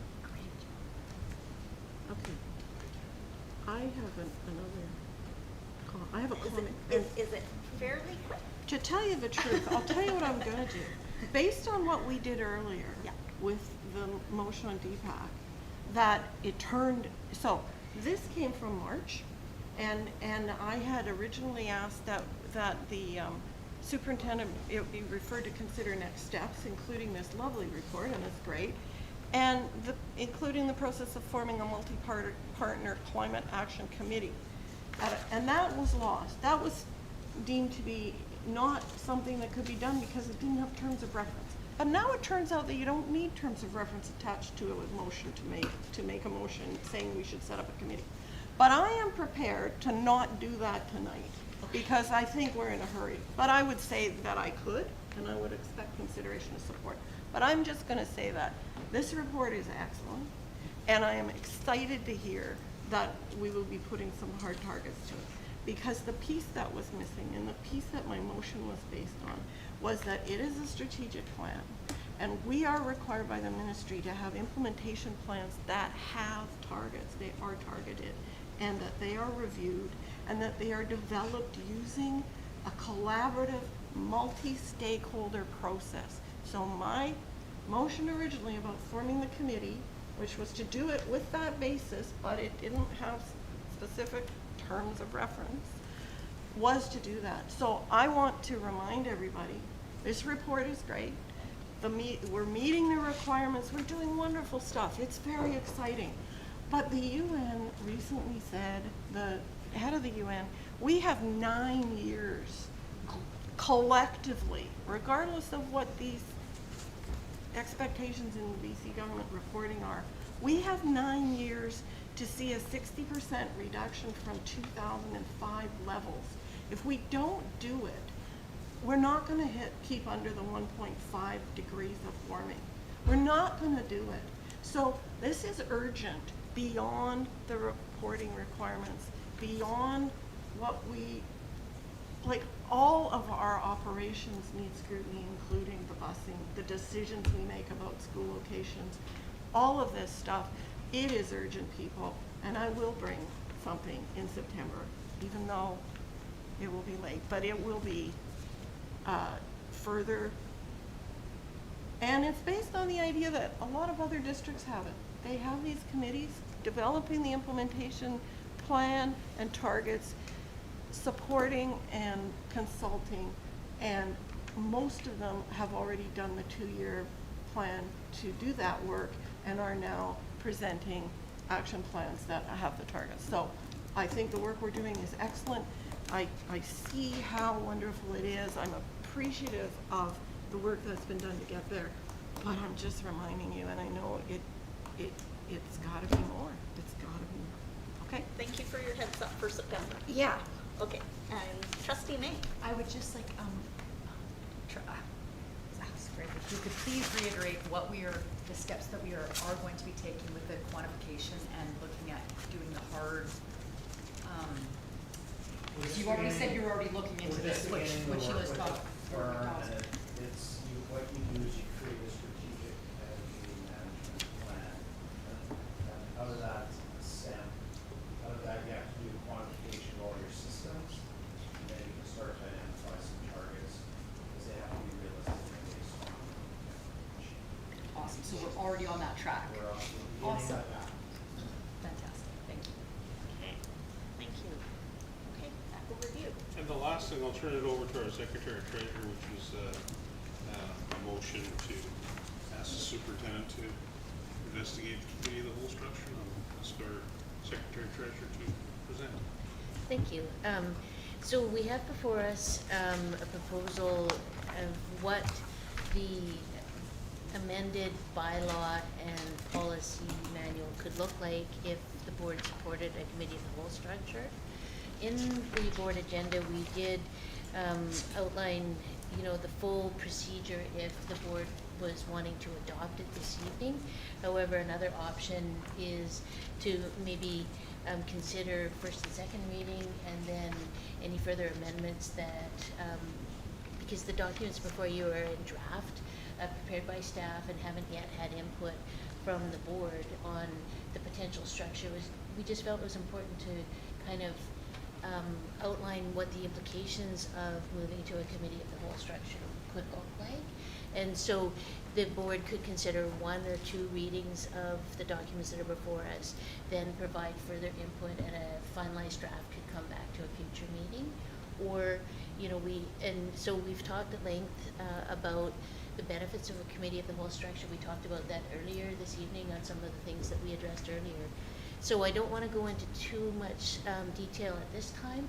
I'm just, if there's any questions or suggestions about the process. And so really, we just wanted to have the motions in the package, you know, what would be required if it was fully adopted this evening.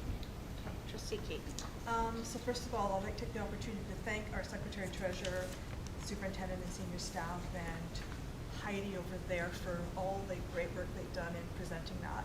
And as the person who raised some concerns at the last board meeting regarding the committee of the whole structure, I was actually quite pleasantly surprised and pleased at the proposal that came forward through our superintendent and that. I really like the fact that when I talked about shared leadership, that the committee would be chaired by all trustees at various times, so everyone have the opportunity to do that. It's also that one meeting a date that you're not, as people who work, and I work, and several of us work, that you know that that one day a month is your board meeting, and it's, and I count it as 10 full days a year, but that's the commitment we made as trustees to do that one there. I am comfortable doing readings 1 and 2, and then at a later date having that one there. That way we can connect with, because we haven't shared this with the powers to be. I'll let my other trustees speak to it, but yes, there's some work that has to be done and some fine tweaking in that, but this draft is accepting the premise of a committee of the whole and moving forward to that structure and getting places in place for fall, so our schedules are known, whatever it is to do that one there. So after having some reservations, I'm comfortable with the process. It's closed, but there's also an open part where we can invite our community partners to participate, listen, and when appropriate, be part of the conversation. We have this conversation about presentation, and what a perfect opportunity, committee of the whole, an open meeting, to have those presentations, whether it's our students on climate, whether it's our DPAC, or whether it's our principals, or whether it's whoever. There's an opportunity for them to come there and have those discussions that we talked about tonight, not being able to have in a formal board business setting. So I think there's some opportunities. I'm still worried about that policy committee with 7 trustees wordsmithing and the comma and the dot, but my colleagues have said they won't wordsmith in a meeting like that. So that's my thoughts on it. So Thank you, Trustee Waite. So I have a question. If we were to do the first readings, 2 readings, how would we provide our feedback? Because I know I have several recommendations that I would like to bring forward for changes. So what would the process look like? Because I've never given something a reading and then did steps to make changes to it. I'm just trying to figure that out. So what we could do is we could convene a committee of the whole policy meeting, and then we could look at the different suggestions for input. We could make some revisions and then bring that back to the board. So all trustees that were interested in, you know, having some input on the draft that's before us, then, you know, we could have a policy committee of the whole, and, you know, have everyone, you know, so that we could all hear and talk about the suggested changes. Okay, Trustee McDonald and then Trustee Howe. Yeah, so I feel that a couple of the concerns, specific things that I have concerns about were the policy committee, because I do think that it takes some wordsmithing sometimes, and I think that it is valuable to us in a lot of different ways, and especially when it's used to focus on a particular topic and bring in extra people.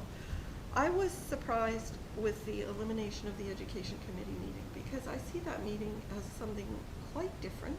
It's been something where we have gone to different schools, where they have had the opportunity to present. We've learned about that school and sometimes just a general overview, but sometimes there's specific programs that they and that has been a really valuable tool for me as a trustee. Usually there's also a topic which was dealt with in more depth. The period during COVID, I thought that our vice chair and our assistant superintendent did great jobs of coming up with really meaningful topics that were dealt with in the virtual format. But I still feel that the opportunity to return to the education committee as it has been, to think of ways to actually, when I sent you notes about the DPAC meeting I went to, this re-welcoming, how do we re-engage with our parents and our school communities, and also our various partner groups who had stopped attending on our virtual format. So we haven't had the QB president or CDTA coming.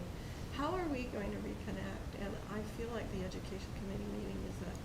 So I wasn't seeing the committee of the whole as a replacement for the education committee meetings. I was seeing it as a grouping of the various issues that come before us as business, the facilities plan or whatever, and that we would be getting all of that information at one time, but not that it was a replacement of education. So the one other thing is, and so I took your words about wordsmithing here, specifically in terms of policy. The one other thing is that I was here at a time when there was a committee of the whole, and probably Trustee Caton and I are the only ones holdover from that. And it did get to be contentious in that a lot of things were just presented and then they were re-discussed at the board meeting a couple weeks later. But that committee of the whole also had representatives from our partner groups, including DPAC. They were there hearing, including the CQP, the CDTA, and they were able to hear some of the information being presented on issues, to give it some thought, and have some time to think over and provide that feedback in other formats to senior staff, and it was quite useful. Sometimes people at the meeting had good questions, or brought a parent's perspective or a custodian's perspective, or something that was very useful in framing what actually came to the table. And so that, I think, might be an element I'd like to see in a committee of the whole thing. My preference here would be to not proceed with either first or second reading. It would be to make a motion along the lines that we endorse the concept of committee of the whole in theory, and that we refer it to a committee to do further work and integrate some of the various ideas and concerns. That, for me, my concern is that if we do first reading and second reading, when it is then amended, we'd probably, according to the procedures, have to go back and do a first and a second all over again, because it would essentially be a different document. Okay, so I'm going to turn it over to our parliamentarian to answer questions, and then we have Trustee Caton. So in regards to your suggestion around, supporting the concept, I believe we did that at the May board meeting, and the request was to have draft documents brought to this meeting. And so that's what's before the board, and you can choose to put it on the table or not. The idea definitely was to, and why there was an open and a closed suggestion around the committee of the whole, because those partner group input into the open committee of the whole is definitely valued and important. And so that's why there's two structures. Some items need to be closed. There needs to be, for example, currently our finance and facility committee meetings are closed meetings, but the education committee is open. So the documents that you have before you and the times that were suggested were based on the current committee structure. And the currently the facilities committee and the finance committee and those other committees, audit committee, budget advisory committee, all of those happen during the daytime. And so those are just suggestions that we can amend or change that vary the time. We can have, on the same day, the open committee could occur in the evening at a school like you suggest, and to have the same format as an education committee. But we wanted to make sure that we had the opportunity to maybe change the way we were doing that, to encourage perhaps partner group participation more in those meetings than we've seen previously.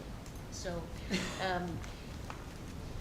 you know, I think the idea of having something presented at this meeting was also around having some clarity for the trustee information potential candidate night that's happening next week, and then a schedule going into the fall, and for the, you know, new trustee potential candidates to have an idea of what the schedule would look like. So that's somewhat of the urgency of why we wanted to have some clarity or support going forward at this time. And sorry, and can I just say, we didn't ever say that we were taking education committee meetings out, like that we Well, the weren't draft having. removes every single word, education committee, and replaces it with committee of the whole. That's what it says.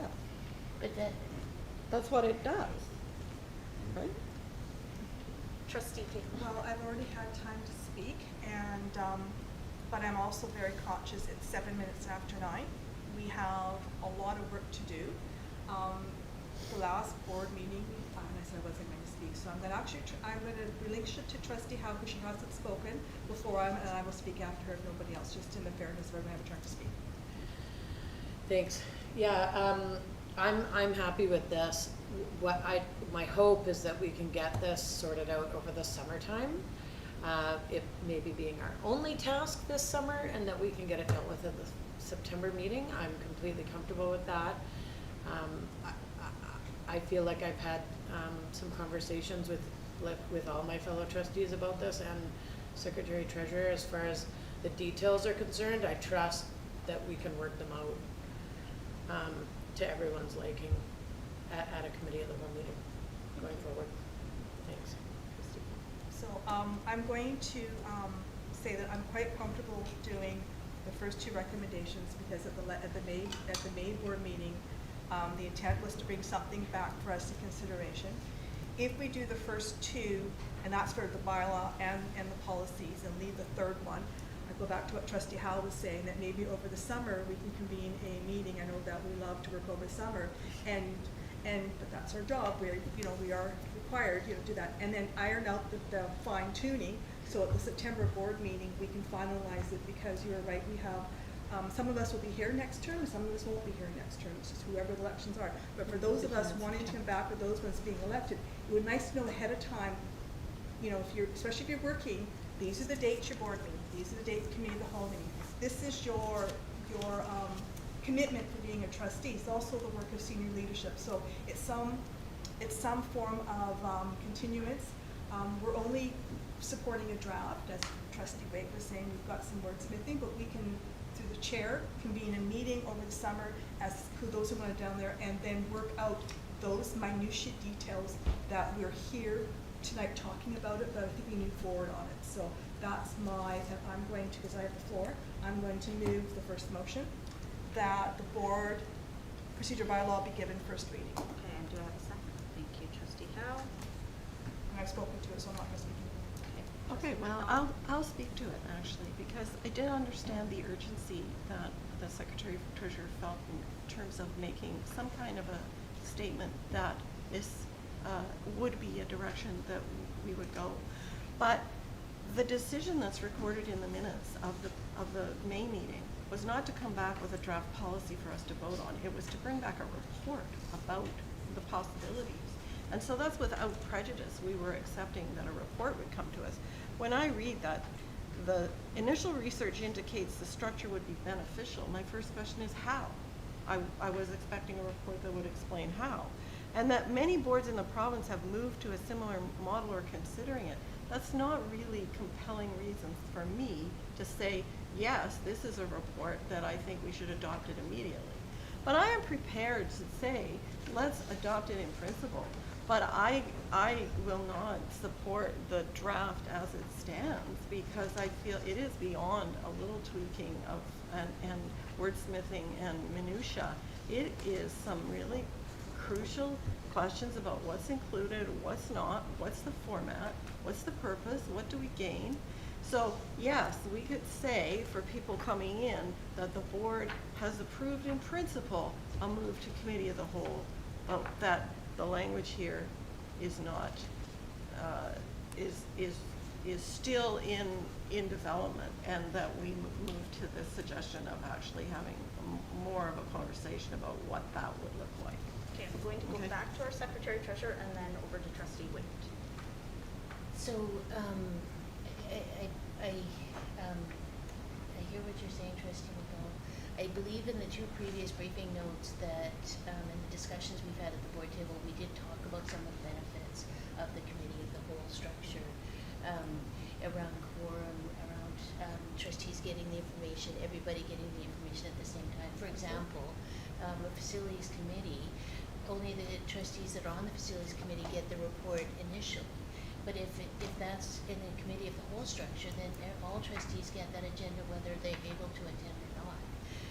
Last week, for example, we had an audit committee, and we had trouble initially with quorum because we had technical issues with the two of the trustees weren't able to join the meeting. And so we had members of the public and our audit partners at the meeting, but we didn't have quorum, so we weren't able to start. So those are some of the benefits that, we've talked about previously. Also, I know that the documents that are before you went beyond kind of the direction of the May meeting, but that was something the chair and vice chair, when we discussed it, felt that it was important to kind of get a sense of what this would actually look like, what changes would need to be occurring in our bylaw and policy, to actually get a sense of what the implications would be so that it could move forward in a productive way.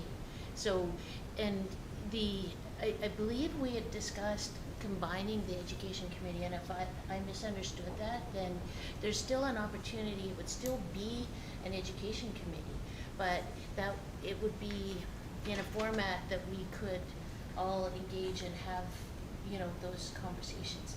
It's a very similar structure, but just, in a different title, basically. So. Trustee Waite?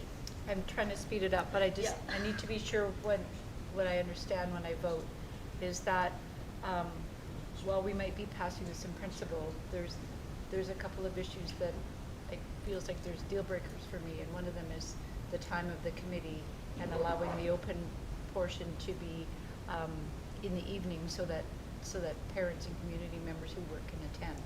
So I just want to make sure that when we get so far down the road that and the committee of the whole meets to discuss it, that there's still the opportunity for it to come back to the board, for the board to either accept it or not accept it.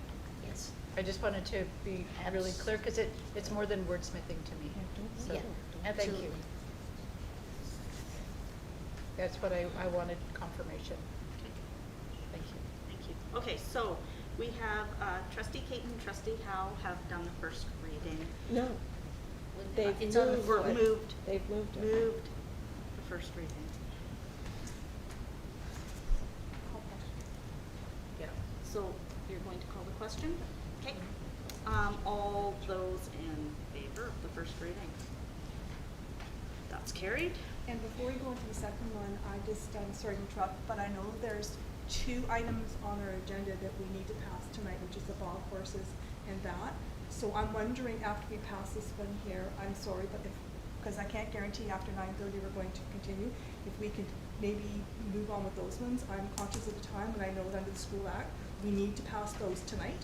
So just making that to notice that, just for that information. Great, thank you. Could you record that I'm voting no, please?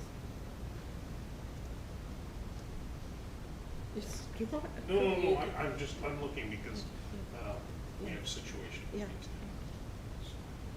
Okay. So, you are a no, Yes, thank you. and the It still everyone passes, else is but, yes, yes. but really, Yes. Sorry, I had been asking that all evening. People are getting a little Yeah. touchy. Yeah. Let's take a breath. Okay, so, and I'm going to read the second one. That the board procedure bylaw given second reading with the same understanding as the first one. Okay, and trustee Howe, thank you. Discussion, or can we call the question? Okay, all those in favor? Okay, 6, and I'm assuming a no, okay? Okay. And to continue with time, because this is all related, that the Board of Policy Manual terms of reference be given the first reading with the same understanding as we discussed. And Trustee Hill as well, okay. Caitlin now. And all those in favor? That? Good with that? Okay. Sorry, Okay. it was a And slow, the yes. second Yes, one. okay, and then, and a no, okay.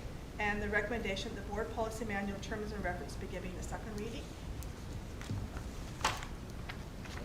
So I'm going to go trustee Caton and, sorry, trustee Caton and trustee May. And just so everyone gets a turn. And all those in favor? And, okay.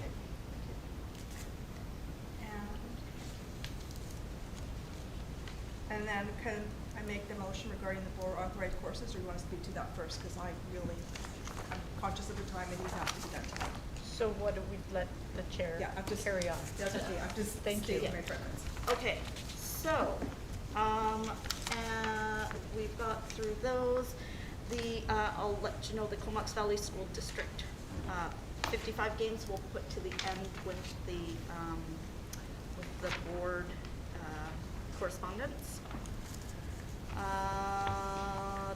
Okay, the BA courses, that's over to you. Thank you, Chair. So there's two decisions to make tonight. One is for a board authority authorized course. It's taking place at Vanier. It's Sports Medicine 11, worth 4 credits. Hopefully you've had a chance to look it over. The recommendation would be that we pass this course. There seems to be, speaking to the principal, a strong interest for this course at the school. There's a lot of great outcomes, and it leads to potential job opportunities for those students to explore and invest in. I don't know if you had a chance to read the BA, but there it is before you. It's included in your board package on page 50 to 56. Are there any questions? Yes? I don't have any questions, but can I move that the Board of Education for School District Number 71, Comox Valley, approve the BAA courses as presented?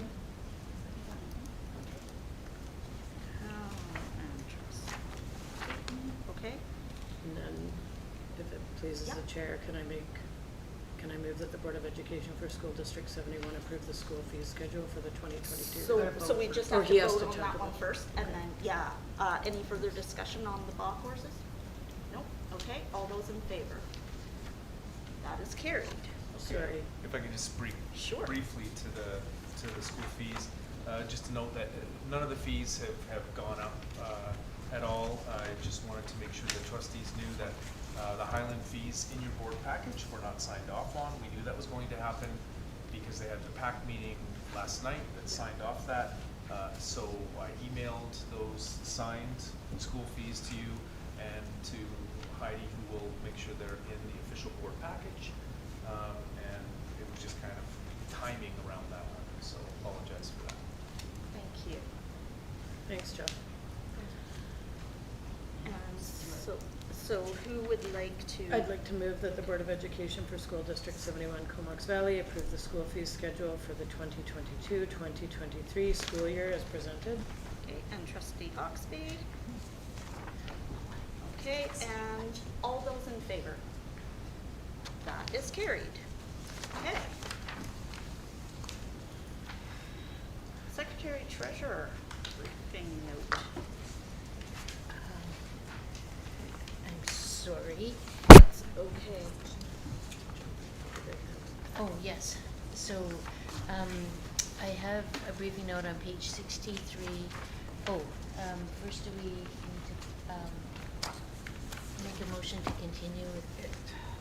Unless, yeah, I would make a motion that we continue the meeting for a further till 10 o'clock. It requires unanimous consent, but I think that we can pass a number of important motions here that need to be dealt with. so I'll second that, but it has to be unanimous in order Yeah. for the Northwest to stay to 10 o'clock. This is the unanimous part. Otherwise, we have to call Otherwise, everybody we're back. coming back for another meeting.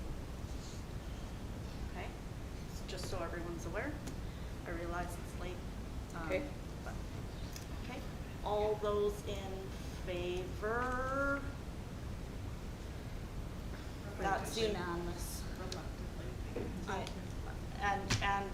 Yes, I'd like that noted that trustee Hawksby is doing this reluctantly. It is National Indigenous Peoples' Day. She is here because we have critical stuff on the agenda, otherwise. Staffed, and I'm doing a 14-hour day today. We appreciate you, thank you. There's Bannock in the kitchen. Okay, so then, we are extended till 10 o'clock, should we need it?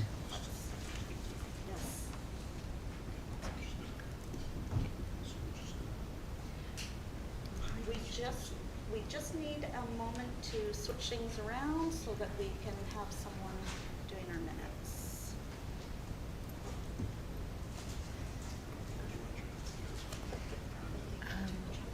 If, yeah. We'll have a chair. That's good. That's good. We'll remind you of everything you need to write down. Yeah. Yeah. Just want to note that I've gotten to be the secretary treasurer and now the official recorder of secretary. So my role has You expanded. get to record that. Yeah. You get to record that. Okay. Doesn't your Well, contract lucky for say you, the other meeting's duties as assigned?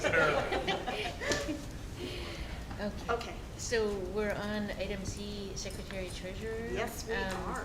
So on page 63 of your board package, there is a briefing note regarding trustee remuneration, and that is brought before the board just to show transparency around what the current remuneration is on the positions and what our policy currently says, Policy 7, Clause 19, and what if, like last year, 2% increase was applied, and the cost of CPI, cost of living, as of December 21, would be 4.8%, and what the various trustee positions would be if the 4.8% was applied. So. Yes. Just, okay, I was waiting. So the, this is on the agenda for transparency. Okay. The 4.8% will be applied as per policy unless a trustee varies the recommendation. Okay. Or varies the, chooses to waive or vary the policy. Thank you. So this was just for information. So now we have trustee Waite with a question. No, I remember sitting in the board meeting before I was a trustee when the decision was made to use cost of living. And it made sense then, but I'm uncomfortable with a 4.8% increase. And maybe I need to make a motion first before I speak to it. But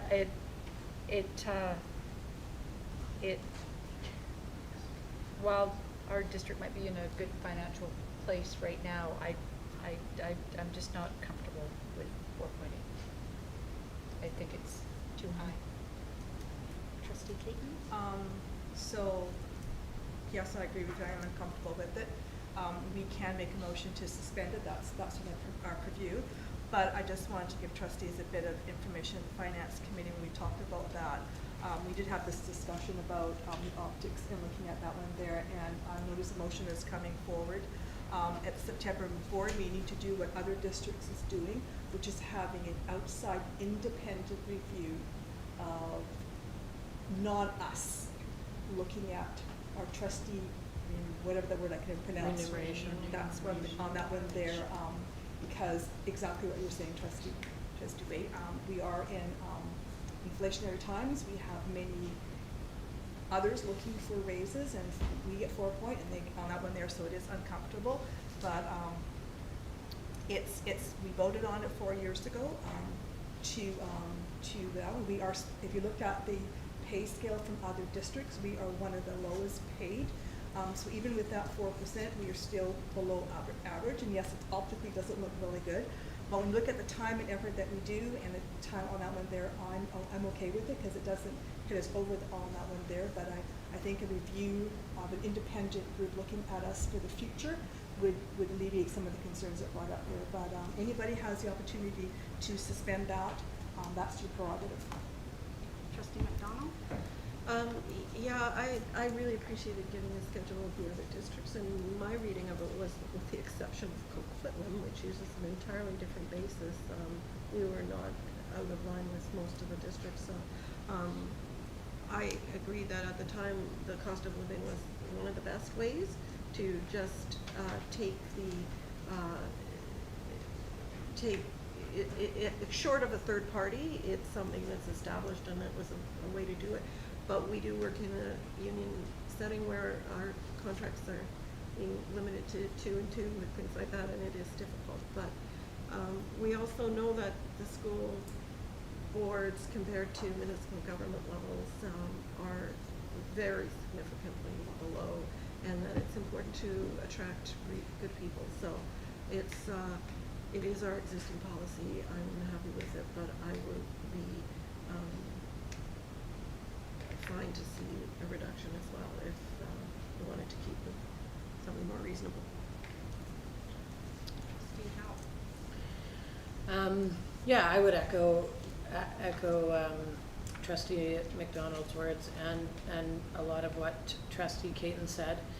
I feel like it's totally awkward. I think it's a good idea to have somebody outside be doing this job for us. Anyone else but us, in my opinion. Yeah, I agree. I think, we are in a situation right now where, we want good people at the table here, and I don't know. I think we should leave it the way it is for now and have somebody look at it later. Trustee May? I was just wondering, this is something that annually happens before the next group comes in, before elections? Because we hadn't talked about any kind of remuneration since I've been in term, and so I just wanted to know what we're speaking about here. Is this something that would be in place then for 4 years for the next group, or is this something that's annually reviewed, or what do we generally have here? Because it's the first time I remember talking about the remuneration. I'll turn that over to our So secretary. in Policy 7 currently, it set a base rate effective January 1st, 2019, and then applied the CPI the following December annually. So that's the way the current policy reads. So last year, being new to the district, I didn't necessarily follow what the policy said, and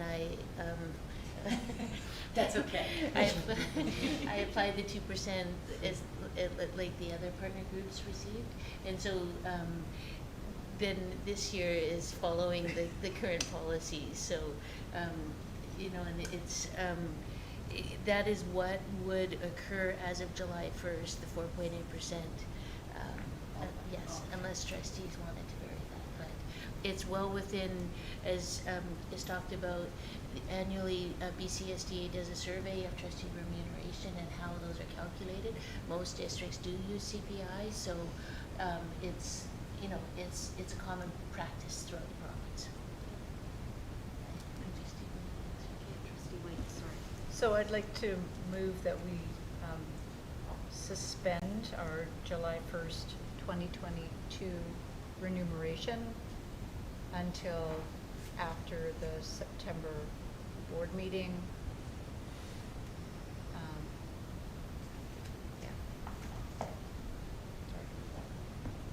Based on the full stop, but in speaking to it, based on information that there may be information coming to the September board meeting of having a third party. Do you need a second or sorry?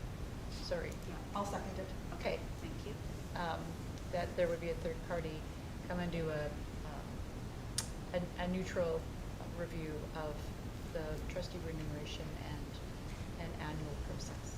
Okay, so because there is discussion available now because you first and second, you've spoken? I did, so that Okay. was my speaking. My Okay. motion Um, ended at September um, board meeting.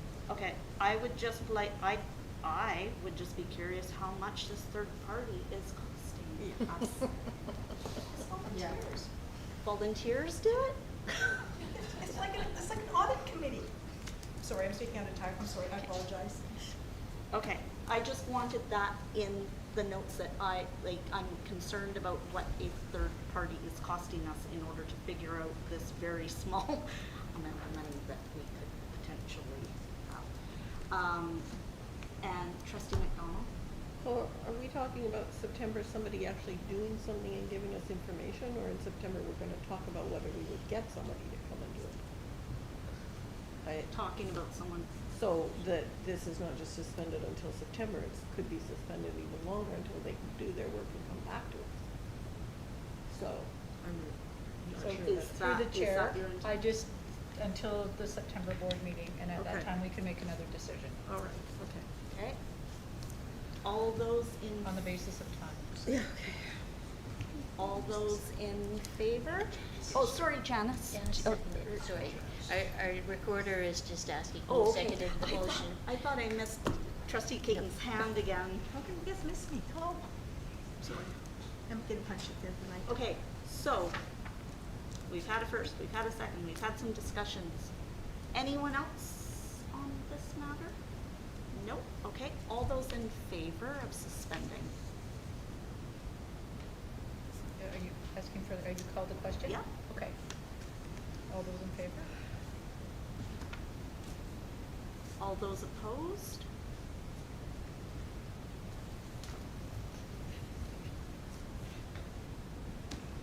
Anyone abstaining? No. Okay, so that is defeated. And I'll go on record having voted for it. Yes. Thank you. Recorded. Yes.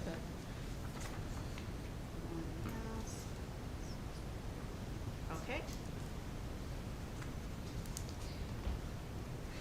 So, for clarification, then, because we aren't suspending this, it still continues ahead as, As per okay, policy. all right. Okay, So the other item on my, is just a reminder regarding the trustee information night. It's scheduled for June 28th here at the school board office at 7 p.m. And so that's next Tuesday night at 7. We'll hold a candidate information night for those interested in being a trustee.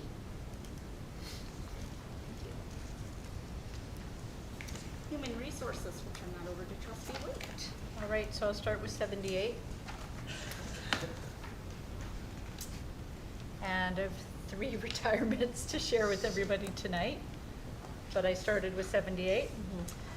So Heidi, we went through this. Heidi Heiser, sorry, it's late.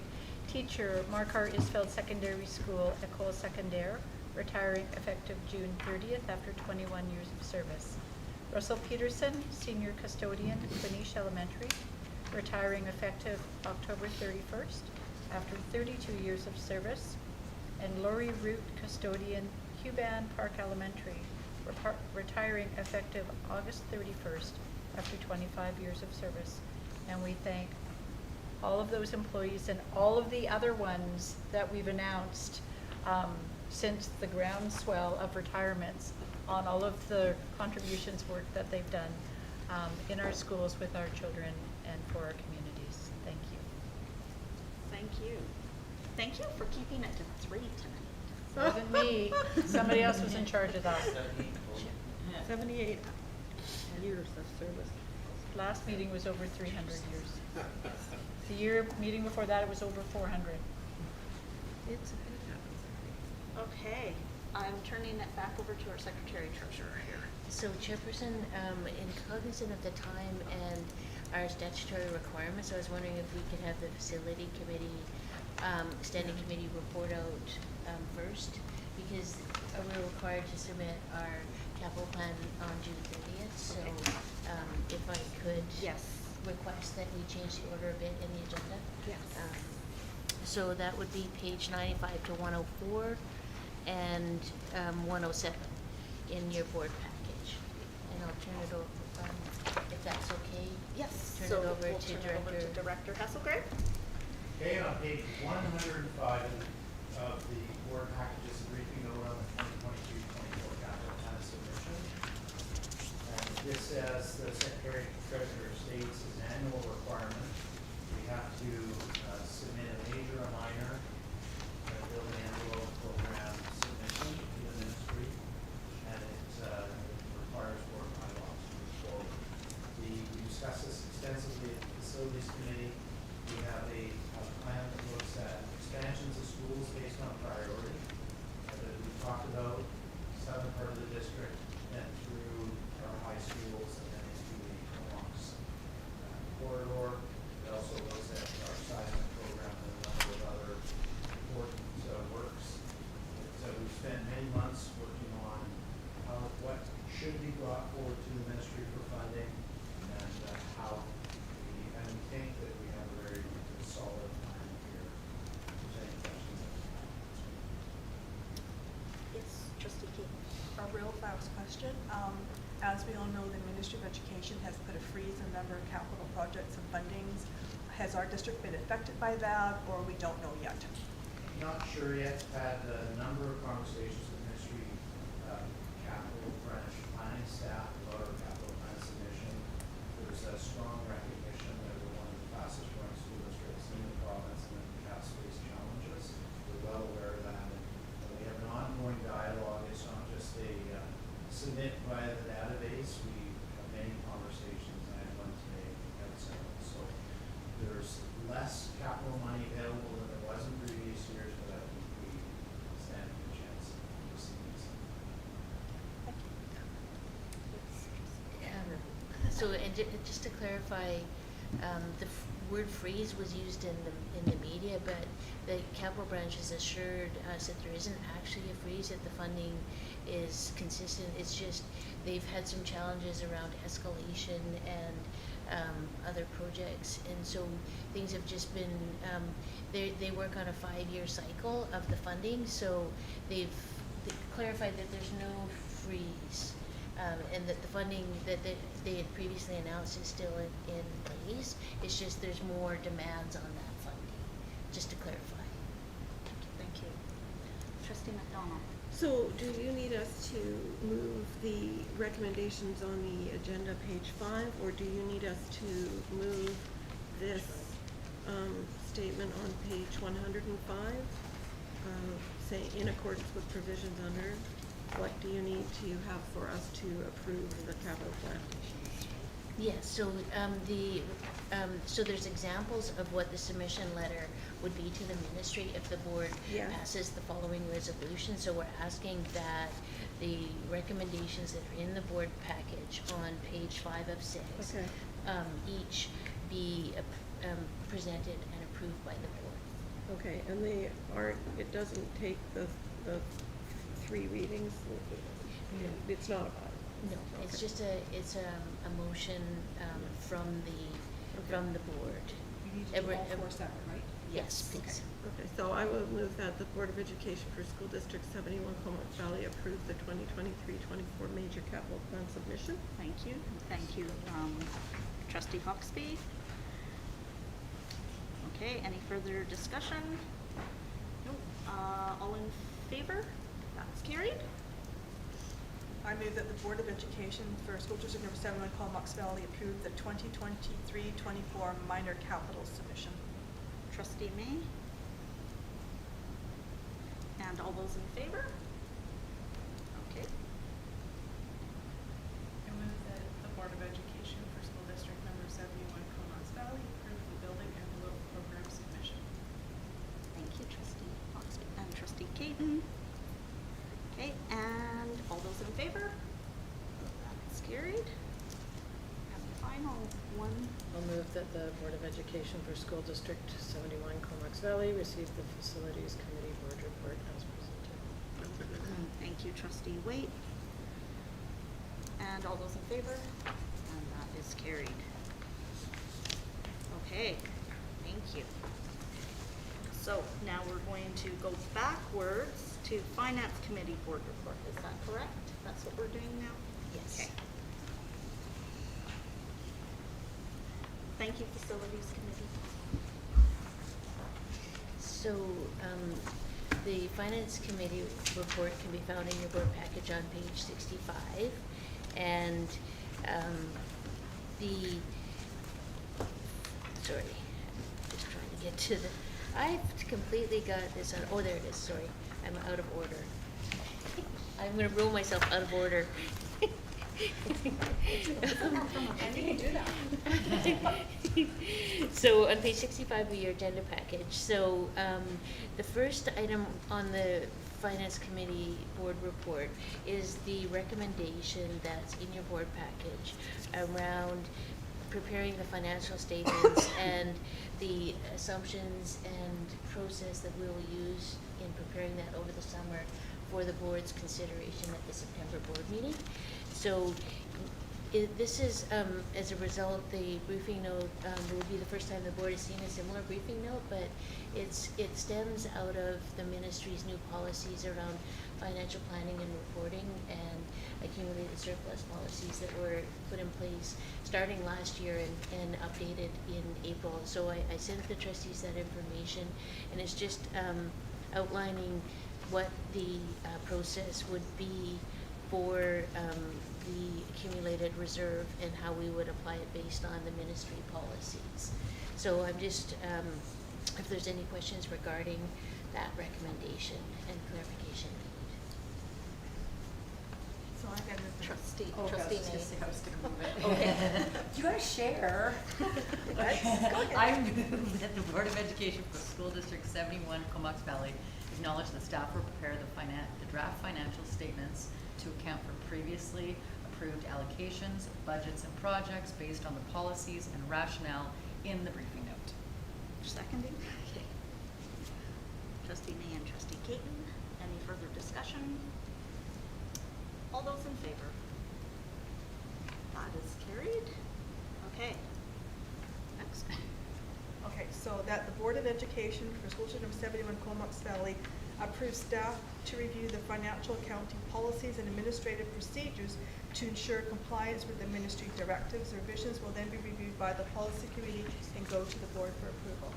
That was multiple. Seconded by Trustee Dock. Thank you. And just to note, this is just minor upkeeping and just ensuring that we're in compliance and there's nothing major. It's just the ministries, once again, directed boards to update the policies that were just in compliance with the ministry directive. So, Okay. that work will happen over the summer. That will also happen over the summer. Perfect. You're busy this Just summer. gonna have a cot in the room. Yeah. Candace doesn't get out of here. I'll bring you chocolate. Okay, and, Yeah. yes, yeah. And any further discussion on that? Nope. Okay, and all those in favor? Awesome, thank you. And then the, do you Oh. want to do the? So the other two items that were on the Finance Committee report were the capital fund update in your board package, which is on page 69, and then the operating fund projections, which is on page 70 and 71. So those items are for information for the board, and we're, Director Hilton and I are open for questions. Any questions at all? Yes, I do, Trustee. I'm gonna say I have questions, but I need to be really mindful of the time. And, Now's your opportunity. and they were more a recap of questions that I asked and had answered. So I'm gonna leave them in the spirit of time, but I'm hopeful that moving forward, all of our work spending the reserve or decisions about spending reserve will be connected to our strategic plan. And that they will link to items on our strategic plan so that we have a good sense of how we spend them, because the decision-making is different than the budget creation. So I can answer that quickly. So that is the intent of the Ministry of Education around the new financial accountability policies and accumulated surplus policy, is the connection to continuous improvement and the framework for enhancing student learning, and having a connection between school budgets and strategic plans of the board and the budget allocations and resources that are applied. So that is definitely where we're headed, and this is just the first, look at how information will flow from this point. And this is, the briefing, the financial statements will be prepared based on this basis, but of course the board will see that draft financial statements in the fall, and they need to be approved at the September board meeting. So there'll be an opportunity to amend or revise any allocations or items that come before the board. We had a really excellent finance committee meeting, I think, and there were a number of things in the projections to year end, which is interesting work at this time.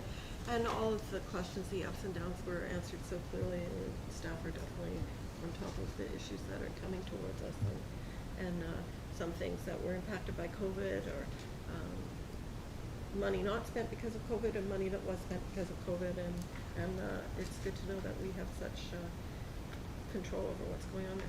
Yeah, I thought it was a good meeting too. Yeah. I'd like to move that the Board of Education for School District Number 71 Comox Valley receive the Finance Committee Board report as presented. Trustee Hall. Okay. Thank you. And all those in favor? That is carried. All right, Audit Committee. Yeah, well, we had a good audit committee as well. I really thought that the report, or their presentation was excellent.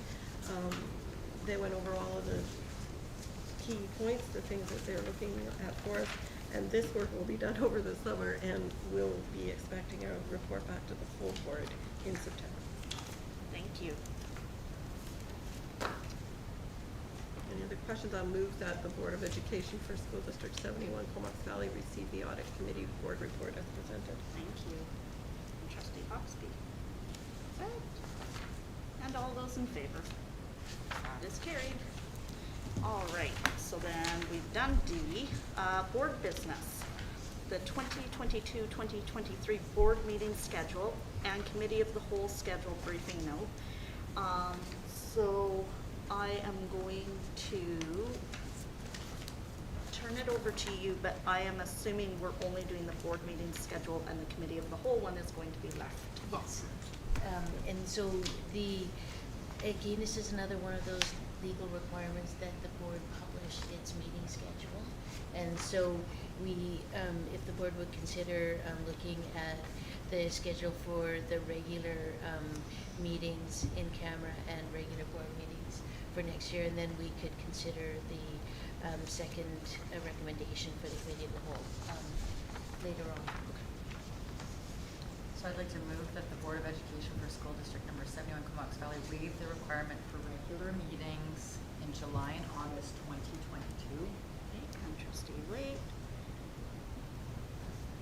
I'm assuming we're all going to be in favor of this. All those in favor? And that is carried. Now, that doesn't stop us from calling a meeting should we need it. We're having one about the policy. Yes, we are. Perfect. Just wanted to make sure that we weren't stopping that. Okay. That the Board of Education for School District 71 Comox Valley approve the 2022-23 board meeting schedule as presented. Okay, and Trustee Howe. All those in favor? And that one is carried. So the next one, we just leave it. Okay. Just making sure I'm following what we need to do here. Okay. Board business B. I was only curious about the summer games piece. What are we? So I had said a Did I little miss that? earlier that we were putting it to the end with the board Okay, correspondence. all right, Yeah, great. but Thanks. thank you. Okay, Trustee Caton. over to you. So in the spirit of time, I'm just going to read the motion and make a couple of really quick comments. My motion is that Board of Education for School District 71 Comox Valley have the superintendent explore the options and processes of creating a district student council which would have representation from all district high schools, including Knights Navigate and Alayatsi. Will second? Oh, sorry, I'm, That's okay, there was lots of seconders. okay. So I will put trustee Wade, I saw her hand, so Caitlin and Wade. Okay, and So I'm just going to briefly speak to it. I had the opportunity of watching the district student forum from Prince George do a presentation on racism to their school board. At the BCSTA, we actually passed a motion that Elder Joe Gordon and I brought, talking about student voice. The last couple of years has really highlighted the challenges our students are facing, whether it's the atmospheric rivers, the climate change, the pandemic, mental health, bullying, talked about student on student. Tonight we talked about discrimination and that. Our student voice is really more important now than ever to hear.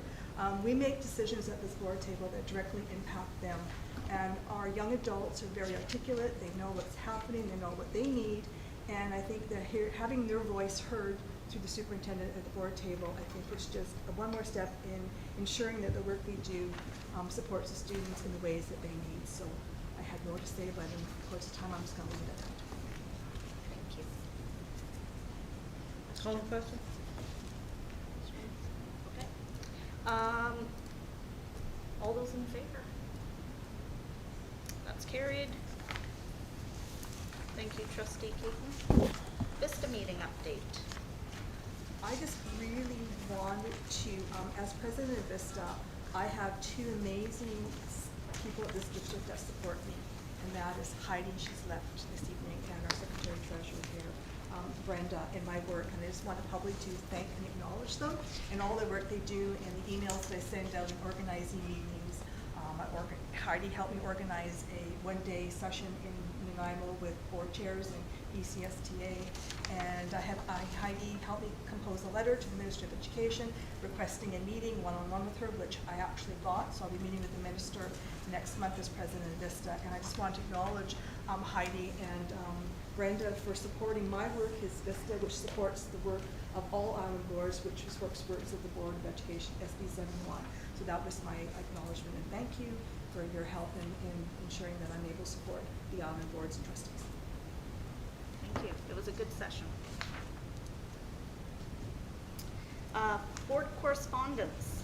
So we had a great discussion tonight about our DPAC presentation. The letter that they sent to us is included on this board package for your information. And then we also got correspondence from the City of Courtenay for the 55 plus BC Games application, and that is what we will go back to on page 3. Last page we got. Thank you. There we go. Okay. Who wants to speak to that one? Will you Yes, speak to that so one? Thank I've had a you. number of conversations that came up through the regional district originally, and they have broken us down into a number of tasks, and where we would be supporting as a school district is by allowing them to use the track. It's a very simple request, possibly one soccer field, likely in September. I think it is something that would be Doable? excellent to support and achieve. Thank you. So Trustee- 2024, September. 24, 25, or 26, they're looking at one of those 3 years, would be a September limited request. So I have time to get in shape. Just a quick question. So they're only asking for the use of the facilities. They're not asking for, I know, once No upon a time, money, no no. money. And what about using the facilities for boarding and a place to hang out and stay if they need? No, there was one request to have a evening gala at the NHN, and they suggested in September it wasn't a good idea and not in the air conditioned space, and they should go to a local provider in the city of Courtenay, like Northwood. Thank you. Trustee May? I'd like to move that the Comox Valley School District 71 support the jointly prepared application for the 2024-2025 2025 or 2026 55-plus BC Games to be held in the Comox Valley and the city of Campbell River. I think it's amazing. So that is okay. Maybe we Thank could get you. a team together. We can have a trustee team. Okay, all those in favor? That is carried. All Sure is right. carried. And All right, so then I'll move that the Comox Valley School District 71 will commit to providing in-kind support of services and facilities should the bid be successful. thank you, trustee Wade. Thank you, trustee May. And all those in favor? And that is also carried. Okay, we are at public question period. Is anyone still on with us? Okay, okay, okay.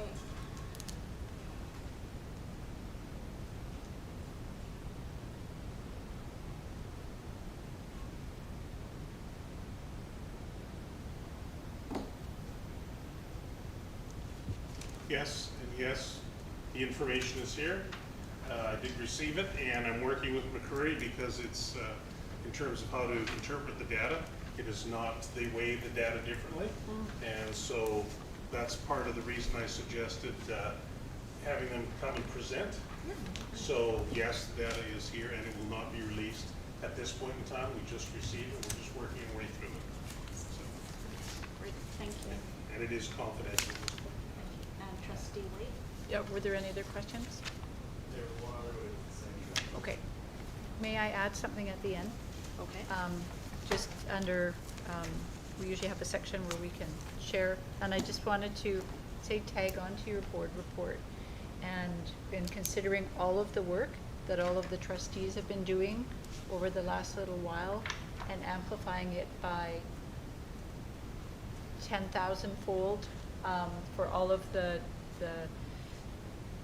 teachers and the staff in the schools and everybody that makes the schools run, all of our senior leadership, every employee, every parent volunteer, every single person who is also running double time at this time of year, just to send my thanks to all of them for all of the work that they do and have done this past school year, as well as their superintendent and secretary treasurer. So thank you. And before we close, I would like to say thank you to everyone for a wonderful year. I'm so thankful we all got to be together in one room by June. It's summertime. Let us try to get some rest over July and August. Try. And I thank everybody for all their hard work and for staying an additional hour. I am so sorry, but we had critical work to get through this evening. So thank you to everyone for